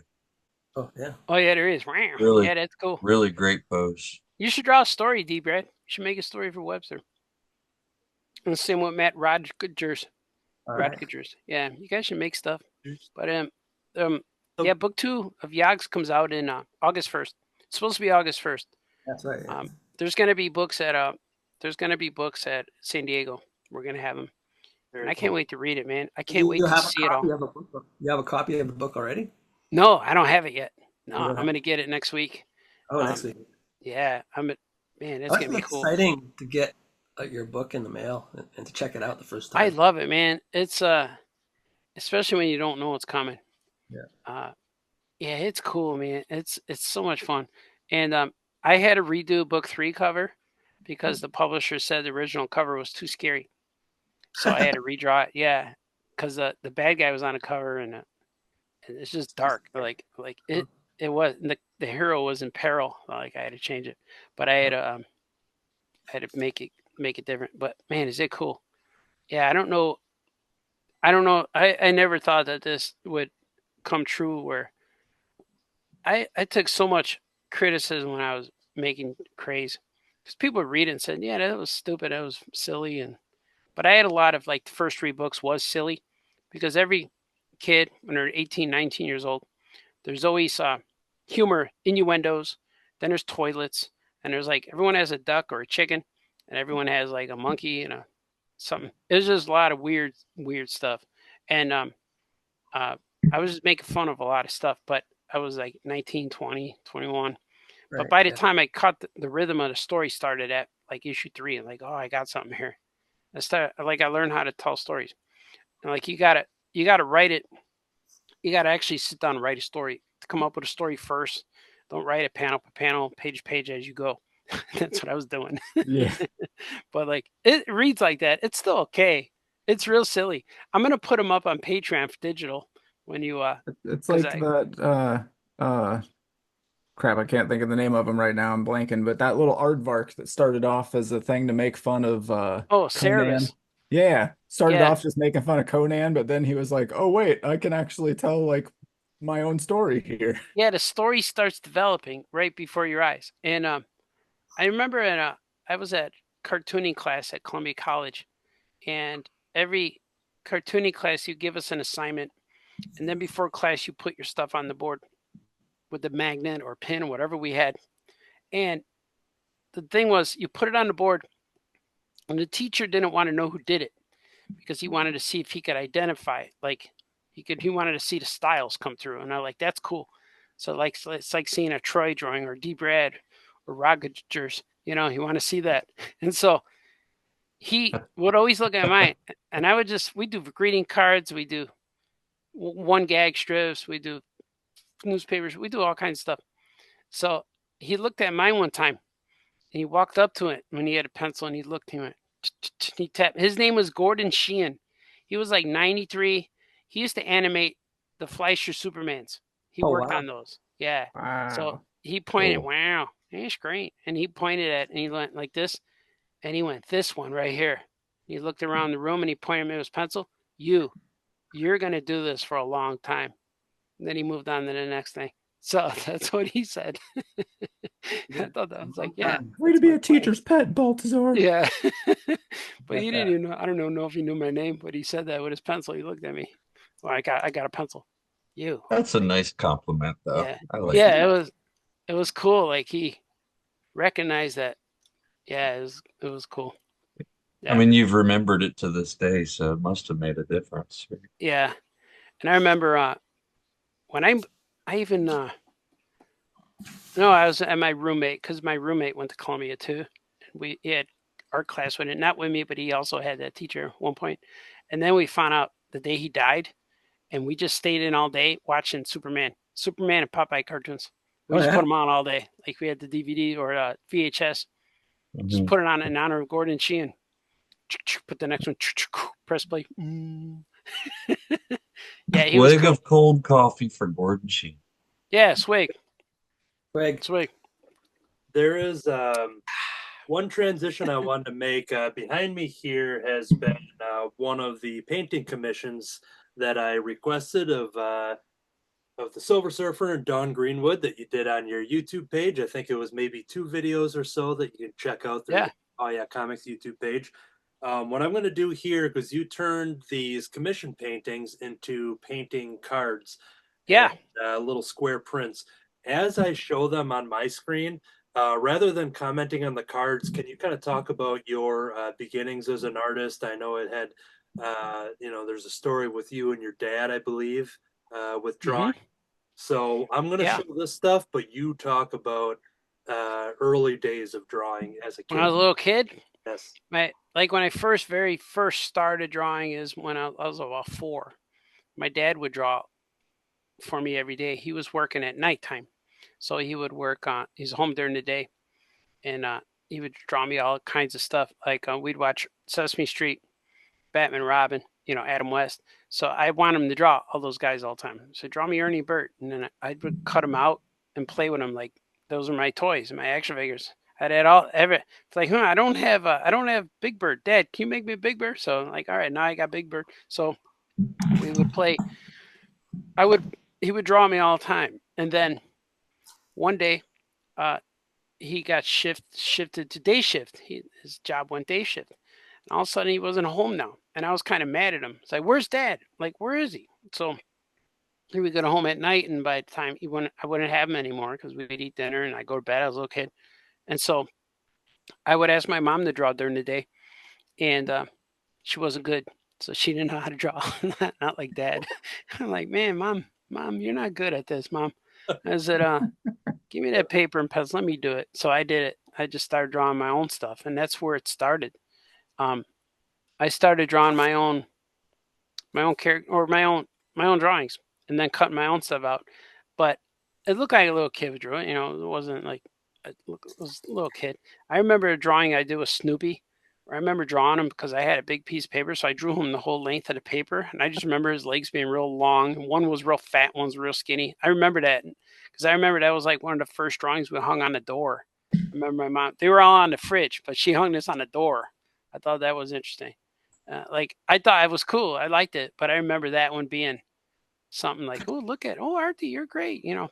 And I'm like, "Oh, thank you. I know. You want to know? I could draw a Pink Panther too, you know." But but that's what started. And then when he started working, my dad would come home with those little notebooks, like the working men keep them in their pockets, those spiral notebooks. So he used to give me one of those once in a while, and I would draw on it. And I remember my first one, I titled it "My Life Story Part 1." That's what I named it. And on every page, I drew a character like Fred Flintstone, Bugs Bunny, McGill the Gorilla, Snagglepuss. I drew all these guys on every page. And then he would give me another book. And then I would do My Life Story Part 2. And I would fill up these books every time you get a new one, Part 3, Part 4. And then I remember that day where I think I was in 5th grade at this point, where I ran out of characters to draw. I couldn't think of any more superheroes or anybody. Like, who else can I draw? Like, I don't have any. Like, so I started making my own guys. Like, well, I'm going to make a new guy. And I filled up that book with all brand new characters that I created. I was in 5th grade just creating guys. And that's really what happened. In 5th grade, I started making my own characters, and I started making them say stuff. I started making my little comic strips, and that never stopped. And some of my characters, like the giant green gorilla in Yogs, he came from there. And his name was Goopy when I first created him, because you see more of that in issue 3. He's more of that form. I don't want to spoil, but he changed his form. Spoiler, but yeah, but he looks more like Goopy when Goopy was in those times. But some of the characters, some of them came over, or some of them I take and I make them different. But I just started making my own guys. I remember this farmer guy I made. His name was Pappy Pigskin, and he was real cool. I might make him. I might bring him back. But he was this, and he had a little. He used to ride around on his tractor, and he had a little duck that was set on his handlebars. And he was the horn. He was the quack quack. Yeah, his name and his wife was Mama Pigskin, Pappy Pigskin, and Mama Pigskin. But they were funny. They're just two old people. But he was like my center of my universe. Everything started from him. So it was kind of cool. Yeah. And then I went to high school. You know, a regular class was voted 8th grade best artist in school. You know, like we all go to school and we're the best artists. And then when we go to college, we're surrounded by everyone who was the best artist in their school. That's and then you're like, wow, everyone in my class is really good. You know, like I used to be the best kid in our class, and everyone asked me to do their homework. Like, kids, today we're going to create our own character. And the whole class looks at you. Can you draw mine? I'm like, oh, no. So for money. Yeah, I'll draw for a quarter, 25 cents. But you can play Pac-Man with that 25 cents. But then in high school, I learned how to paint. I was trained traditional. Like I painted a lot, stand up painting on easels, mixing paint. I did figure drawing, life drawing. I did a lot of charcoal drawing, all these media, never computer. I didn't have computer until after I graduated and tried to find a job. And they said, oh, you don't have any computer experience? So like, damn, I had to figure out how to do that. So I had to go learn it. But school was awesome. Like I had a big portfolio walking around. I had paints. I had all kinds of art supplies. I had those big backpacks where you could carry a suitcase, or you could carry a giant metal box of art supplies. So I had a toolbox. I carry my toolbox to school all the time. And so I would make paintings, and that's where the paintings you see are like, that comes from that. I think it's true at heart. As far as artist, I'm a painter. Like I love to paint, and I love to make the paint do its thing. But cartooning and painting, and I learned too, like painting, you just gotta let it go, and you gotta let the paint do its thing. and you got to make the paint look like paint, because there's guys who could paint like cars super realistic, Right. and Yeah. it's impressive, but I'm like, I don't really. I like guys like Van Gogh and Monet, and like Yeah. they splatter paint, and you don't know what it is until you go see the real thing hanging on a museum wall, and then you understand it. Like there's a Van Gogh exhibit that was at the Artist Institute in Chicago, and seeing those paintings on the wall, you're like, holy cow, this guy knew what he was doing. And everyone always calls it oh, you got a little Jackson Pollock. But if you see the Jackson Pollock paintings, they're really layered. He's like, it's different than what people try to do. You go and look at those, you'll understand. You'll learn by looking at those paintings. You'll get an education about painting just by looking at the real ones, you know. So, but I'm really into painting. I love. It took me a while to get painting to where it's as abstract as I paint, because I don't sketch anything out. I just go right to brush. I just dip the paint and brush.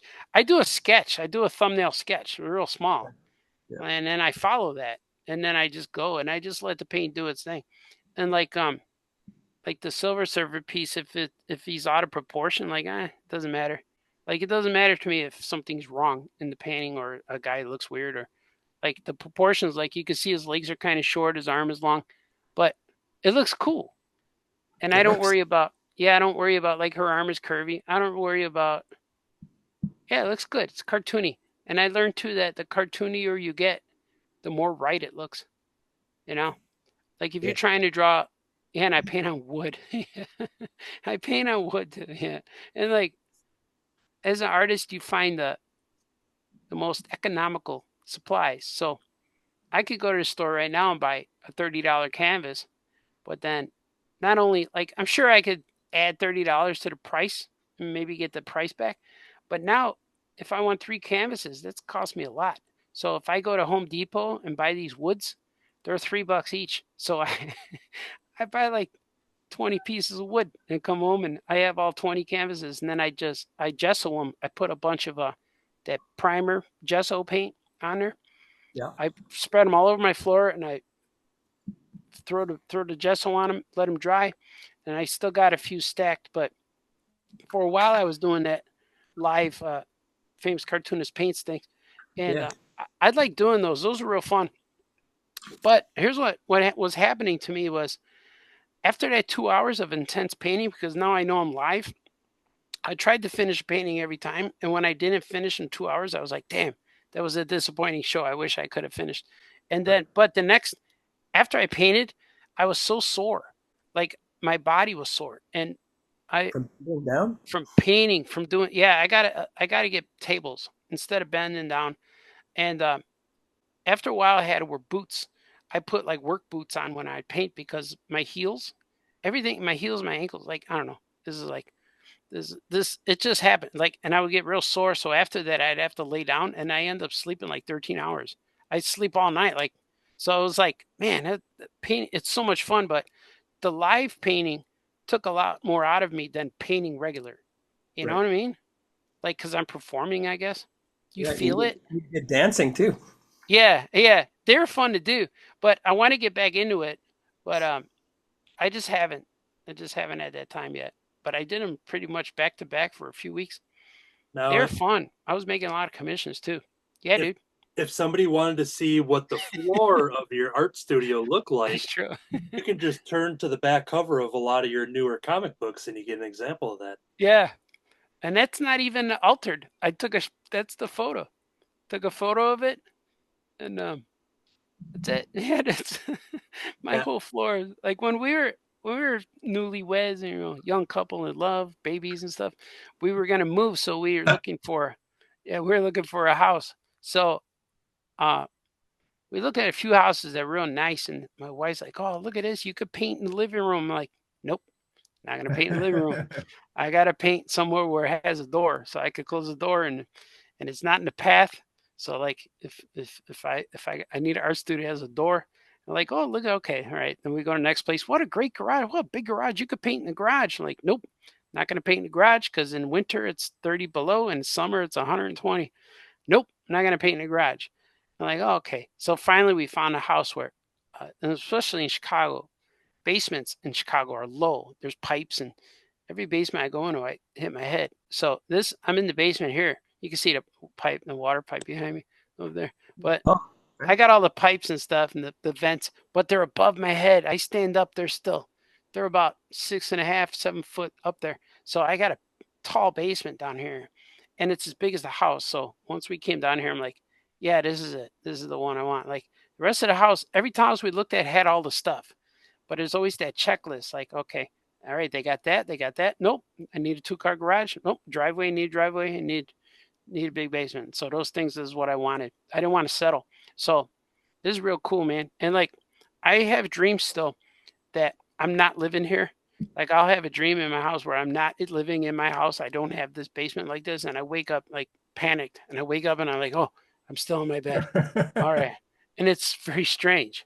Like my kids are going to school in the city. I'm like, oh, no.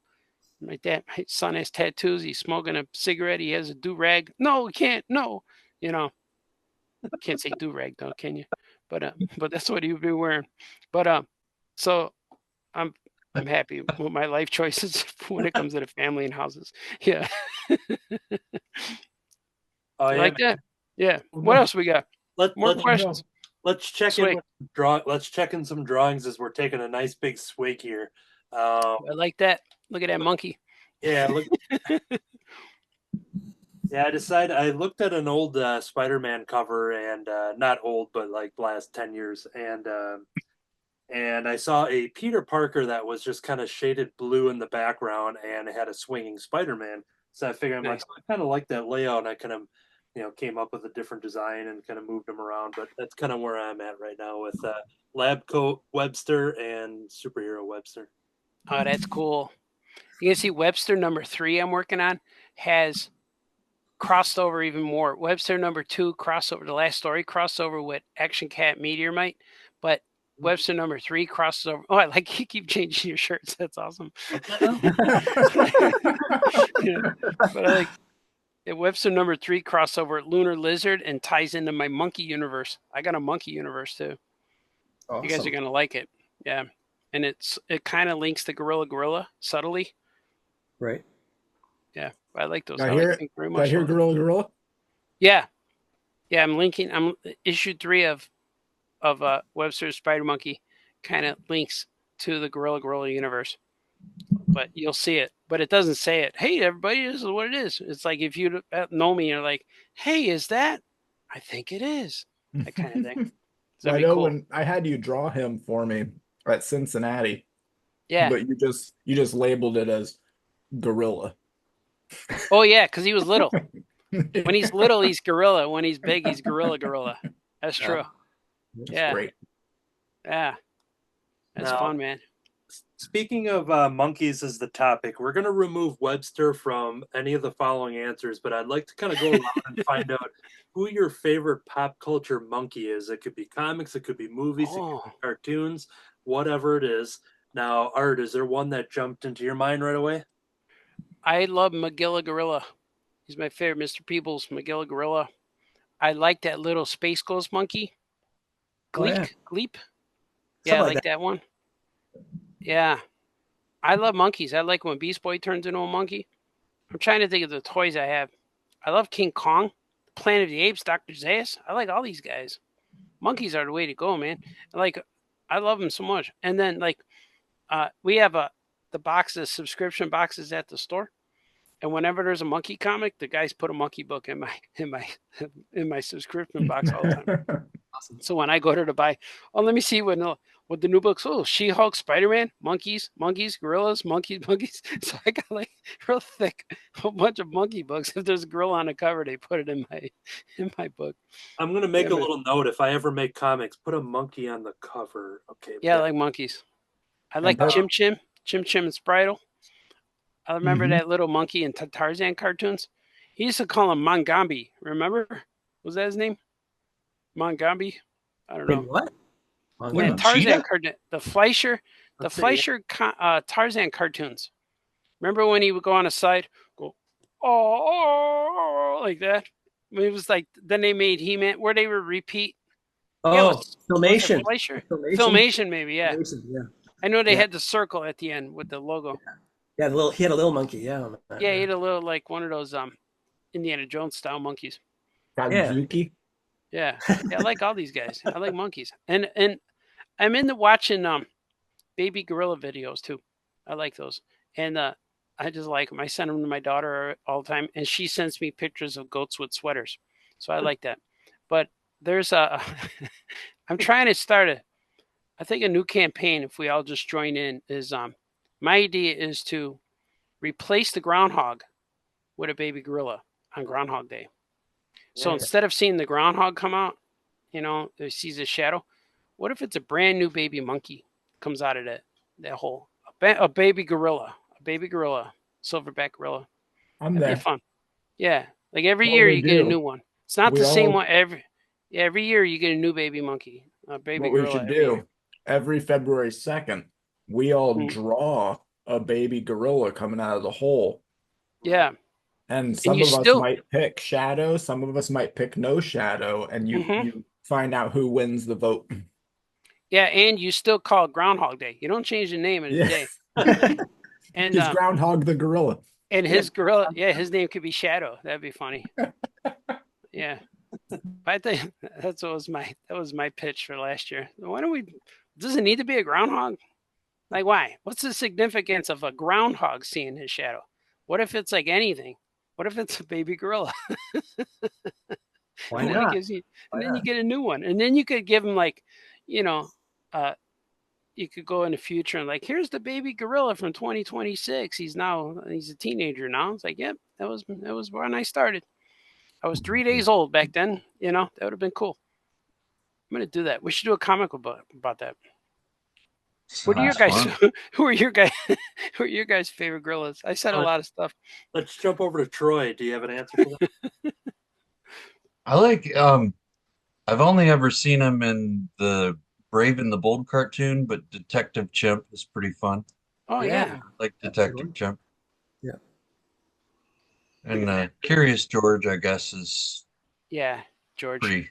Pretty classic. Yeah. I like George too. I like Peter Potamus Soso, that little monkey. Oh yeah, right, yeah. Soso. Mm-hmm. My daughter liked Curious George a lot when she was really little, like learning how to talk. Yeah.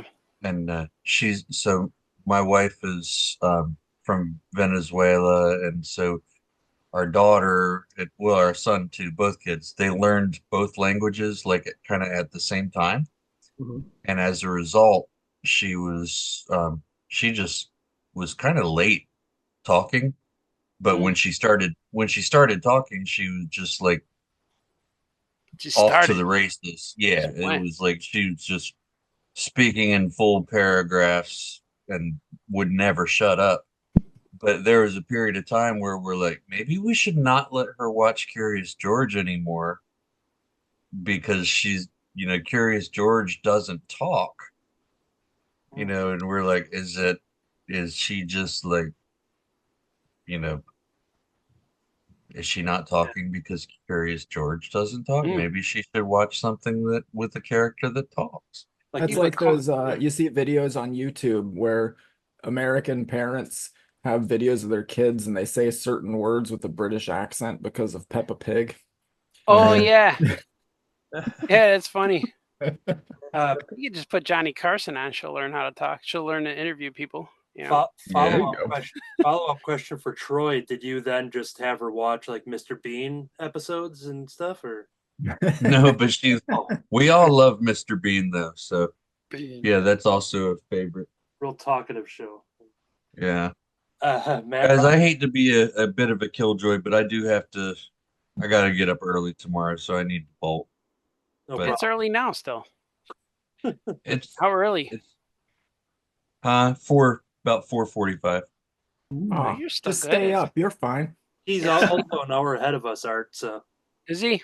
Yeah. So it's all right. Yeah, I don't have as much time as Matt does getting up at that hour. He's used to it. I'll get there, but right now I'm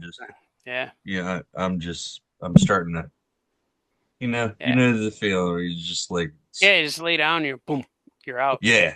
Yeah, But it's before- gone. I'm gone. But before you jump out, can you show off what you drew? Just do a little recap.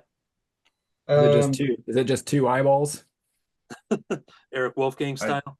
Oh, look at that. It's Oh, awesome. he looks cool. that Beautiful. one. Very I nice. did another one that I didn't like as much. I don't really care for that one, to be honest, either, but it's better than the other one. So, And that's your classic jumbo sketch card. yes, Oh, my yeah. jumbo sketch card. Yeah. Yep. Looks awesome. I like that. Thank Yeah, you. that's real cool. And Cool. that's- Here's the other one, and then I drew. Oh, yeah. I like the lines are better, but then I put the shininess on his eyes, and I wished that it was digital so I could just undo it. Oh, But, you know, it looks good. I like all the digits. I like all the fingers and toes and all the directions they're going. yeah, kind of gnarly. Well, it was Guys, it was really fun. I really needed this. glad you could I make it. always enjoy. You guys know what I call this to my family? I call this my drawing club. I Yeah. gotta meet the guys for the drawing club. It's like hanging out with your buddies. That's how it is when I watch your shows. That's what it feels like. You guys Oh. mention me all the time, so I was like, yeah, man, and I respond like, yeah, man, you're right. Yeah, it's cool. Yeah, feels like All yeah. true. I'm gonna see Note what to they're self. what they're We'll talking keep about. on doing that then. Yeah. Awesome. Well, I hope we get to hang out with you again, Art. Yeah, I like this. I know I talk a lot. I don't say it, but look at I drew these for we're doing Ninja Turtles at the Skokie store, and Scoot's coming cool. too. We're gonna hang out with Scoot. But I got these Right. drawings I made. I got to finish inking them. I got Ninja Turtle guys. Awesome. I got that Oh, one. nice. I got all of the guys here. This guy. What do you draw them with? These are So- markers. Yeah, these are Markers. markers. And man, I bought marker paper. Man, I know the difference now. These are really doing good. I could smell them real good. Oh yeah. I got this guy, and I'm gonna ink it with black ink still, so Yeah. they're gonna look even better. And I got Oh. this guy, and then I got That's a good thing to tell people at conventions when they're walking by your table. Come on over here. You can smell this art real good. yeah, you can guys. smell it. And then it's got this guy. I'm gonna work on this guy too. I gotta ink him. Yeah, Porkins. What was his name? Yeah, Peter Porker. Yeah, from yeah, Star Peter Wars. Porkins. Yeah. Yeah. So I bought this new paper, and I'm like, I'm gonna try it. And like, because one day Sonny came home with a box of markers, and he goes, "You want these?" I'm like, sure. He said he won an art contest, and I'm like, all right. So I've been using them. So I'm gonna ink those up because I want to make sketches for San Diego. So, but I'm gonna see if I could get some to finish to bring tomorrow. Show them at the store. Right on. If We'll people want to have buy them there. We'll have roughly 20 minutes left as we wrap up, but we'll let Troy go before it's the Yeah. next day. So once again, Well, don't stop on account of me. Keep on going. I look forward to watching on the YouTubes whenever you post it. It's gonna be I've good. got the stopwatch going, so I know where we're at right now. So, Oh yeah. but yeah, once again, All right, guys. Troy then. Bye, Troy. Yagam, sir. You're a good man, sir. Yeah, Yagams. Troy. Bye, everybody. Yeah, So are you. All of yous are good guys. I'll talk Yeah, to you man. later. See you Saturday at Skokie. No, No. All right. no, but in spirit, I'll be there. Bye, Oh, guys. yeah, man. See you later. Yagams. Cool. So let Yeah, me dude. try to see if I can rearrange the windows here because the final YouTube audience, you guys will see a different setup, but I'm going to try to put D Brad next to himself with the drawing screen here. D-Brad. Okay. He's there. I see him. Yep. But yeah, on the final YouTube audience, they'll see whatever order I have set. I got you. Once Troy left, then we kind of turned into a different puzzle piece. Right. So at the start of the show, I talked about that this would be one of many episodes because you've done so much stuff in your career. Yeah. And I've handpicked a couple things to go through. I'm going to take one of them off the chopping block so we can save that for a future episode. Things like Tiny Titans and comics. We're gonna cover all that kind of stuff in a different hangout. But the one thing I wanted to talk about because it was a pretty fresh release here. You talked a little bit about it before the show, but Oh yeah, man. In the Hat, Cat Out of Water. So this is the first of a series of original graphic novels done by Dr. Seuss. And I believe it's the first time they've ever done graphic novels outside of their chapter books. And yours was the first out of water, if you will. There's a second one done by a different creative team with a Grinch, like a summer holiday or something like that. Mm-hmm. But then you had mentioned you also have a second book. So can you kind of talk about how you got approached for Cat in the Hat and why this exists? Oh yeah, man. It was cool. My editor who was with Boom Studios, who edited Drew and Jot, my book Drew and Jot, she moved over to Random House, and I got an email from her. And I remember when she moved over there because we talked at a show, and I said, "Oh, congratulations!" We gave my number. She had it already. I said, "Whenever you need something, let's do it. Like, you want to work in the future? Yeah, of course." So months later, she emailed me and asked me if was I interested in Dr. Seuss? Do I know I needed characters? And I said, I love Cat in the Hat. And they said, she asked me if I would draw several characters, Cat in the Hat, the Grinch, and the Green Eggs and Ham guys. And it was funny because like we were just going on vacation, and I got that email like Monday, and we were leaving on Friday, or whatever. So I went and bought an iPad so I could, because she wanted stuff by Monday, but we were going to be camping till like Tuesday or Wednesday. I'm like, oh man, this is like, this always happens. Like summer vacations always interrupt my deadlines because just the way book schedules are. Like summer is always my busiest time, and for work time. So I bought an iPad and I brought the iPad with camping and I draw it and I learned it does the same thing you're using it. And you Procreate and draw these designs. So I draw the characters and I was able to send them from the campsite. I had to walk to where the shower house is to get their Wi-Fi, but I sent it. And then Monday they loved them, and she said, which one do you like? And I said, I really identify with the cat. I love the cat. And they said, good, because that's the one they like. They want me to draw and make the cat books. And that was how it started. And but the response time between when I submit something for Cat in a Hat and then I hear something is always like 3-4 months. So it's like, oh, look at that. So it's like, it's very patiently waiting to hear if I got the gig, because I remember being excited and I told my family, oh, look, I'm going to do these cat books. This is going to be real fun. And they're like, when do you start? And I'm like, I don't know. And then like months later, I'm like, hey, I got the job. And they're like, we thought you already did. No, it's official. So it takes about a year, it seems like, before I get anything. And then once they say, go ahead and start, man, that's when it's on, And right now I'm working on book 2 of the second book 2 I'm working on, and I'm trying to get the script done or the stories before I go to San Diego next week. So, but this was really fun, and I was so surprised how easy it was for me to do, like stress-free. Like the only stress was like getting it done on time. But as far as writing the stories and creating the characters and drawing them the way I draw, there wasn't any changes thrown my way. And the hardest thing to do was the dialogue between the cat and the kids. Like, how do I get the cat in the house without it sounding creepy? Because anything he said was weird and creepy. Hey, just come on, let me in. Your mom's not home. I'm like, I can't write that. That's weird. Like, and like, mom said not to let you in. I can't. That's fine, but it's got to be a fun way. So that's the only trouble we had in the book. What should he say? What's the dialogue going to be? So we went through a few drafts of that. That's about it in the whole book. But I knew I had to get him in the house. Like, how do I get it? He can't crawl in because then he's trespassing. Like, he's got to unlock the door. And so it's pretty funny. And the next book, oh, I can't say that. I was going to tell you what I did in the next book. He says, well, anyway, and then blah, blah, blah. But yeah. But and this is the thing about making books for publishers, and like there's a lot of secrets, especially with release dates.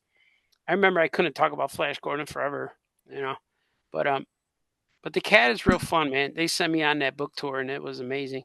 And I went to talk to each school had anywhere between 100 to 300 kids, 500 kids, some schools, and I would do 3 or 4 of those a day. And they would that's probably why I'm just talking. I haven't talked to anybody since May 15th, and but I was doing, it's like having a stand-up routine. You get in front of these kids and they're all looking at you. And I know whatever I'm saying is going in their heads. They're paying attention. It's resonating. It's affecting them, because no one's goofing off. They're all looking at me. Even in the louder, quieter, quieter rooms, they're all looking at me. And I know whatever I'm saying is going in their heads. They're paying attention. It's resonating. It's affecting them because no one's goofing off. They're all looking at me. Even in the louder, urban schools where the kids are a little bit free. I don't know what you call it, but I had them settle down. Like they were looking at me.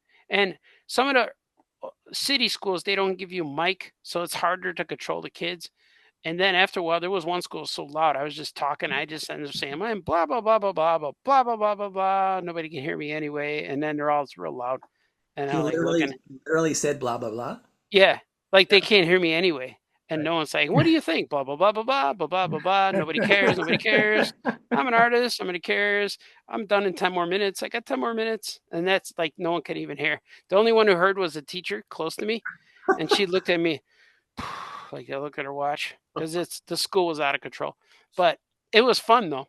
But they only because I didn't have a microphone.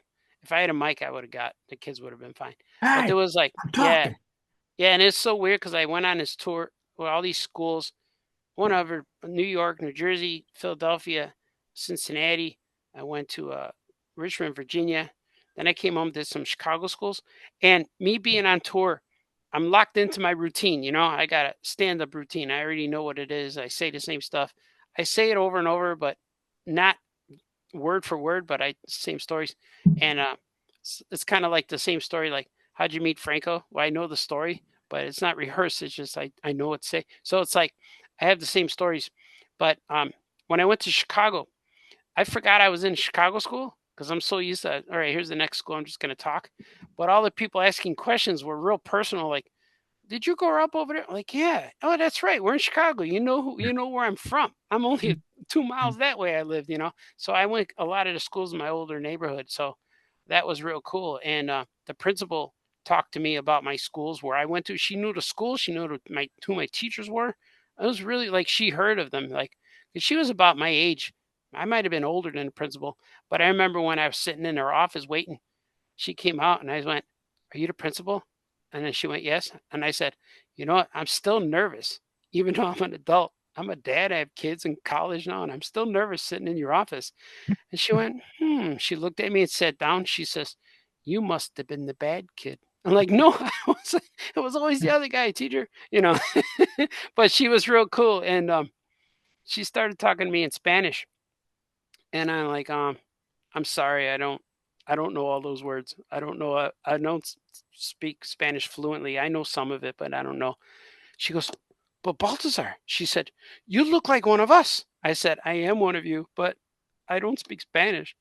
Oh, and I said, "But my wife does." And then I said, "I would tell you all the words she knows, but you'd kick me out." And she's like, she was laughing. "You're not allowed to say those words in school." So it was real funny. So we were fun. It was fun, but that was a good time, man. But every morning, my limo driver, I'm gonna say limo, not my driver, not a limo, just driver. My driver was waiting for me in the lobby of every hotel at like 6:30, 7 in the morning.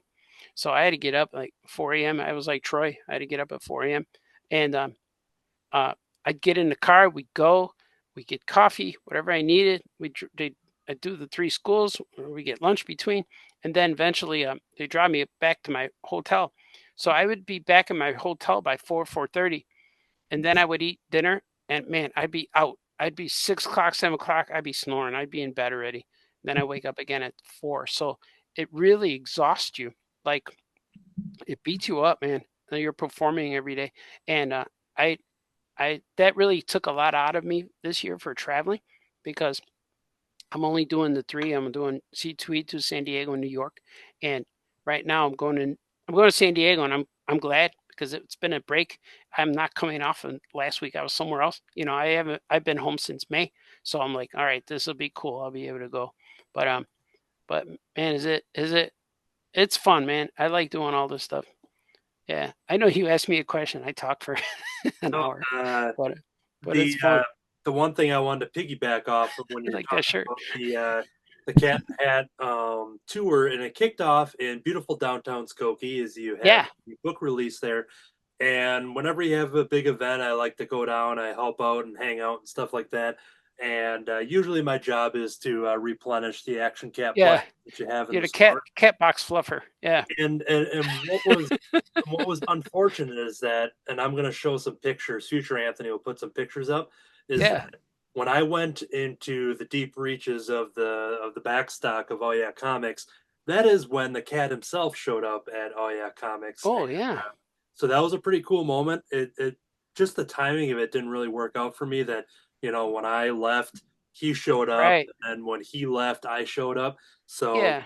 You're I hope, never in the same place together. I yeah, noticed that. and I Like hope that with an eventual book 2 release party, we'll see once. I hope to meet him, but can you Yeah. talk about that experience of just having the book out there and seeing it, like seeing people check it out for the first time? Like, it's one thing Yeah. to have your book done, put it online or whatever, but just your experience of seeing people come up and signing for them and just Yeah.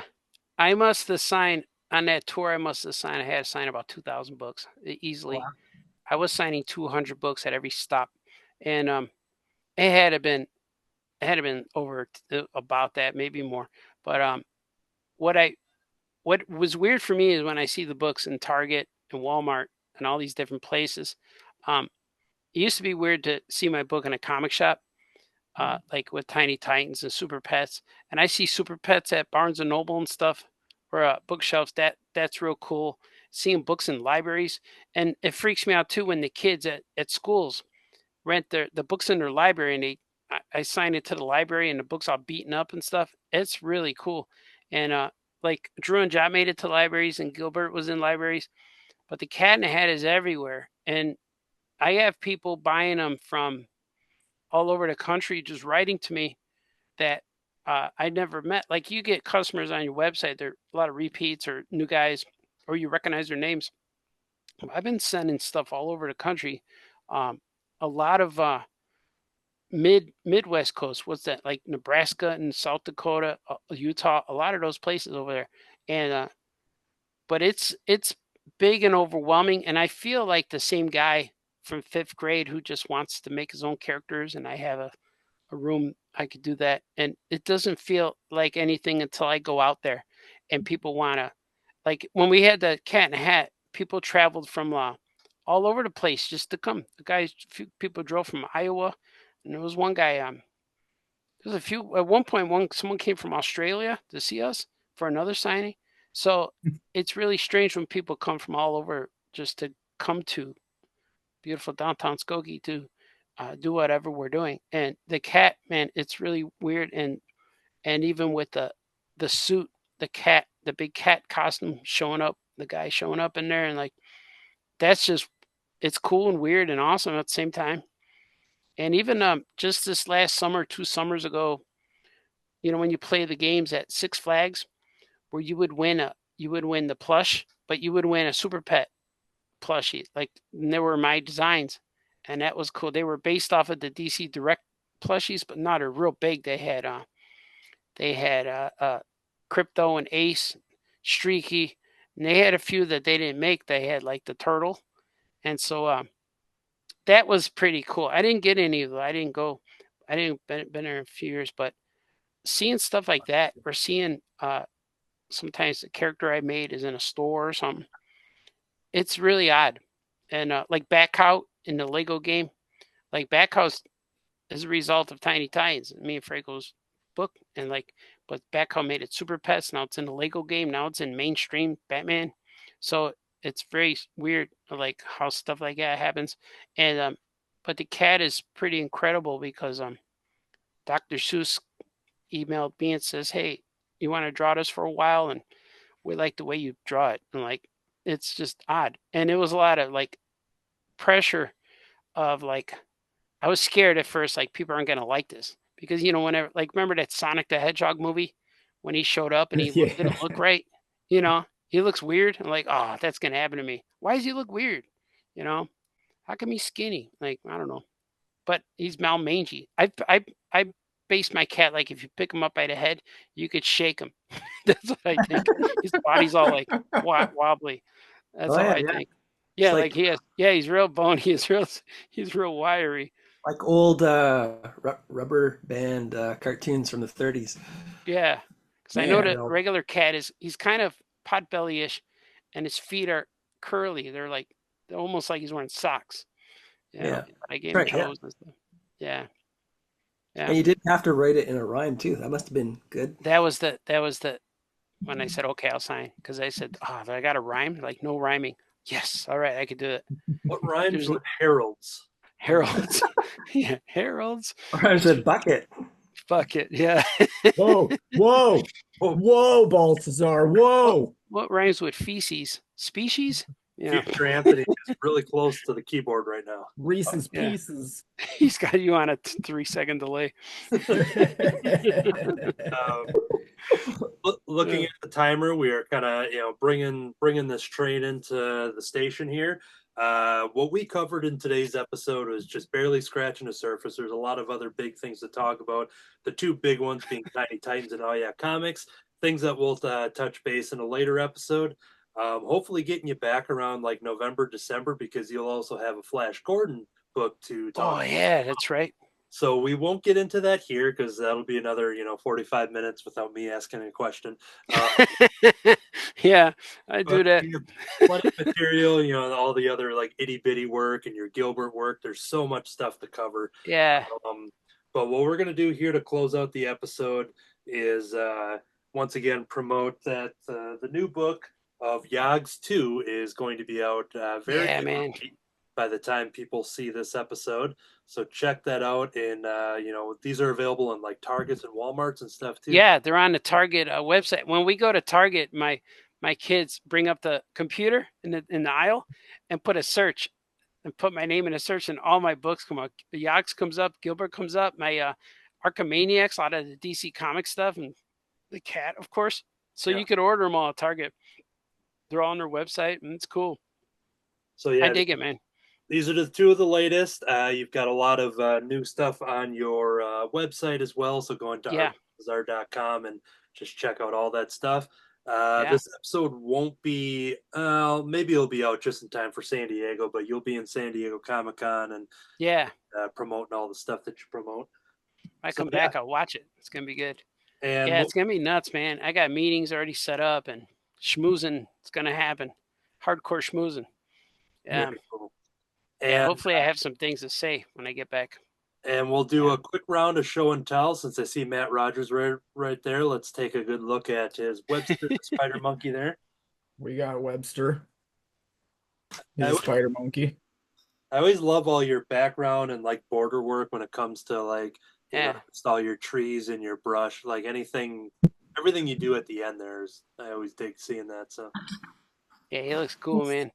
Should I make it look like old paper? Oh, here we go.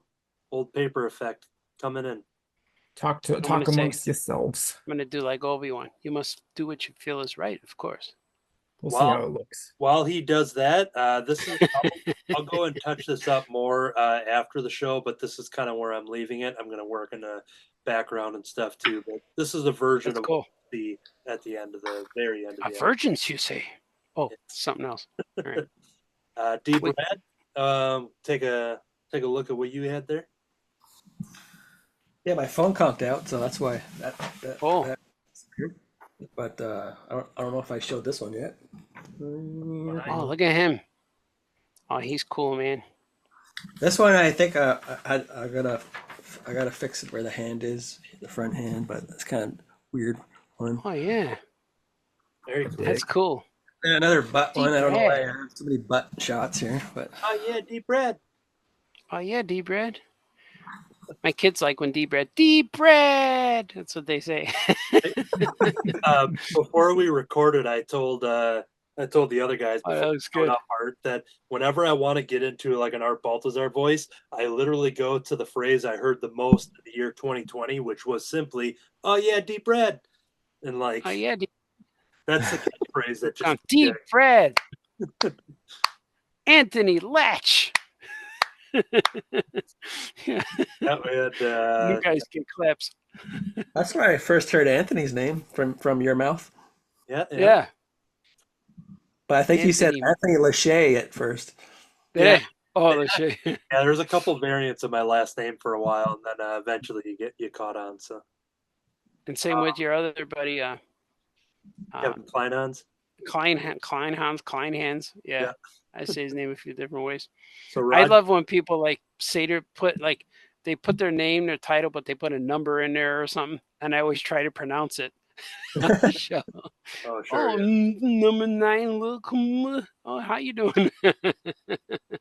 So Anthony, when you do these quick changes, do you leave the screen? I see. Like, Yeah. go somewhere? If you go back to the beginning of the episode, I was wearing this the whole time, so I don't know what you guys are talking about. So. I saw it's the color balance is changing. The brightness is changing on the screen. So let's take a good look at Roger's drawing there. Nice. I like it. And look Rogers. at oh. Hey, it looks cool. Spider Monkey.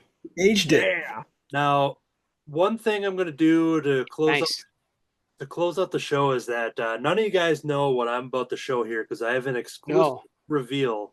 And when I talked to one of our fellow friends who is a past guest on this very show, I reached out to him and I'm like, you know what? I think we're all going to be drawing Webster the Spider Monkey. And it gave him a couple days to do something. So Kevin Wolf from Happy Wolf Art 1. Oh, nice. He submitted this piece that none of you guys have seen yet. You should be seeing it on your screen right now. Oh, look at that. Awesome. He drew all the guys on there. Yeah. Webster the Surfer Monkey. And yeah, you take a look at all those details. There's heralds in the bottom left of the drawing there. Oh, yeah. I can't believe he drew my island. Yeah. And he's got the experimental radioactivity going. And Baltazar already signed it. Yeah. Did I sign it? Yeah. Oh, yeah, man. Oh, look at that. Yeah. But here's a detail he had to point out to me. Are you seeing? Oh, it's part of the name. It's part of the logo. Are you seeing the zoomed in version? The spider. Yeah. So yeah, look at that. The spider hanging out there, a little. Yeah. Man. It can't be the same one because he ate that one. It's got to be another one. Yeah, I more spiders. blown away by when he sent this over. I'm like, yep, I can't wait to show that off on the show. Wow, that looks real nice and clean. That was really cool. So yeah, I will. Like the sandals with socks on. That's awesome. Yeah. Or is that the color? Man, there he is, the linkage money. Weird thing about doing something with that linkage dollar. We want to maybe turn it into a something for the store. I would for your gift certificate. Yeah, we got to figure out what to do. I'd be there in a heartbeat if there was anything linkage related to happening. Did you make that, Matt? Did you make that? Yeah, see, I got his signature, and it's dated 2009, but it says famous cartoonist. And then for mine, it says not so famous cartoonist. You guys are awesome. And it's beautiful downtown Skokie. Yeah, I like that. All right. Like a comics logo on her. That is going to wrap up part 1 of 27 episodes with an episode series with Art Baltazar. So we'll be coming back talking about other stuff in the future. But you got a lot of stuff to do. You got a lot of comics to make, a lot of comics to sell, got a lot of fans to meet, and all that fun stuff. You want to kind of some final plugs on all the stuff that you talk about on where people can find you and buy your stuff. Yeah, my artbaltazar.com links me to everything. It's got my store on there, my YouTube, my Patreon is going to be cool. It's all on there, man. My store is electricmillcomics.com, but it's still Art Baltazar's link on their shop, But man, I'm all over the place. You could Google me and just find me too. It's really easy to find me. Follow me when you see me. Cool. And all those things. And so what we're going to do here, we always close an episode with the very same line. It's the same line every single time. But this time we're going to change things up and say something different. Now, Art, you always end your shows with a certain phrase, certain no fighting, no crying, be nice to each other, do the things that make you happy. Something to wake up and do. I say, Yagams? Okay, bye-bye.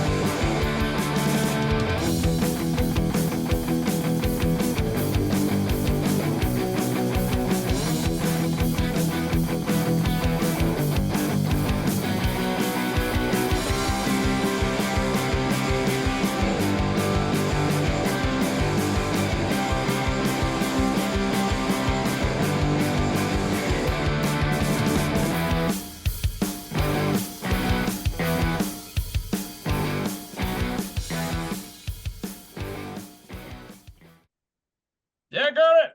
Can't get the thing closed. Godzilla, Godzilla, Godzilla, and Godzuki. Yeah. 3, 2, 1, pose. All right, there we go. Future Anthony. We'll grab that like image later. The future Anthony. Yep.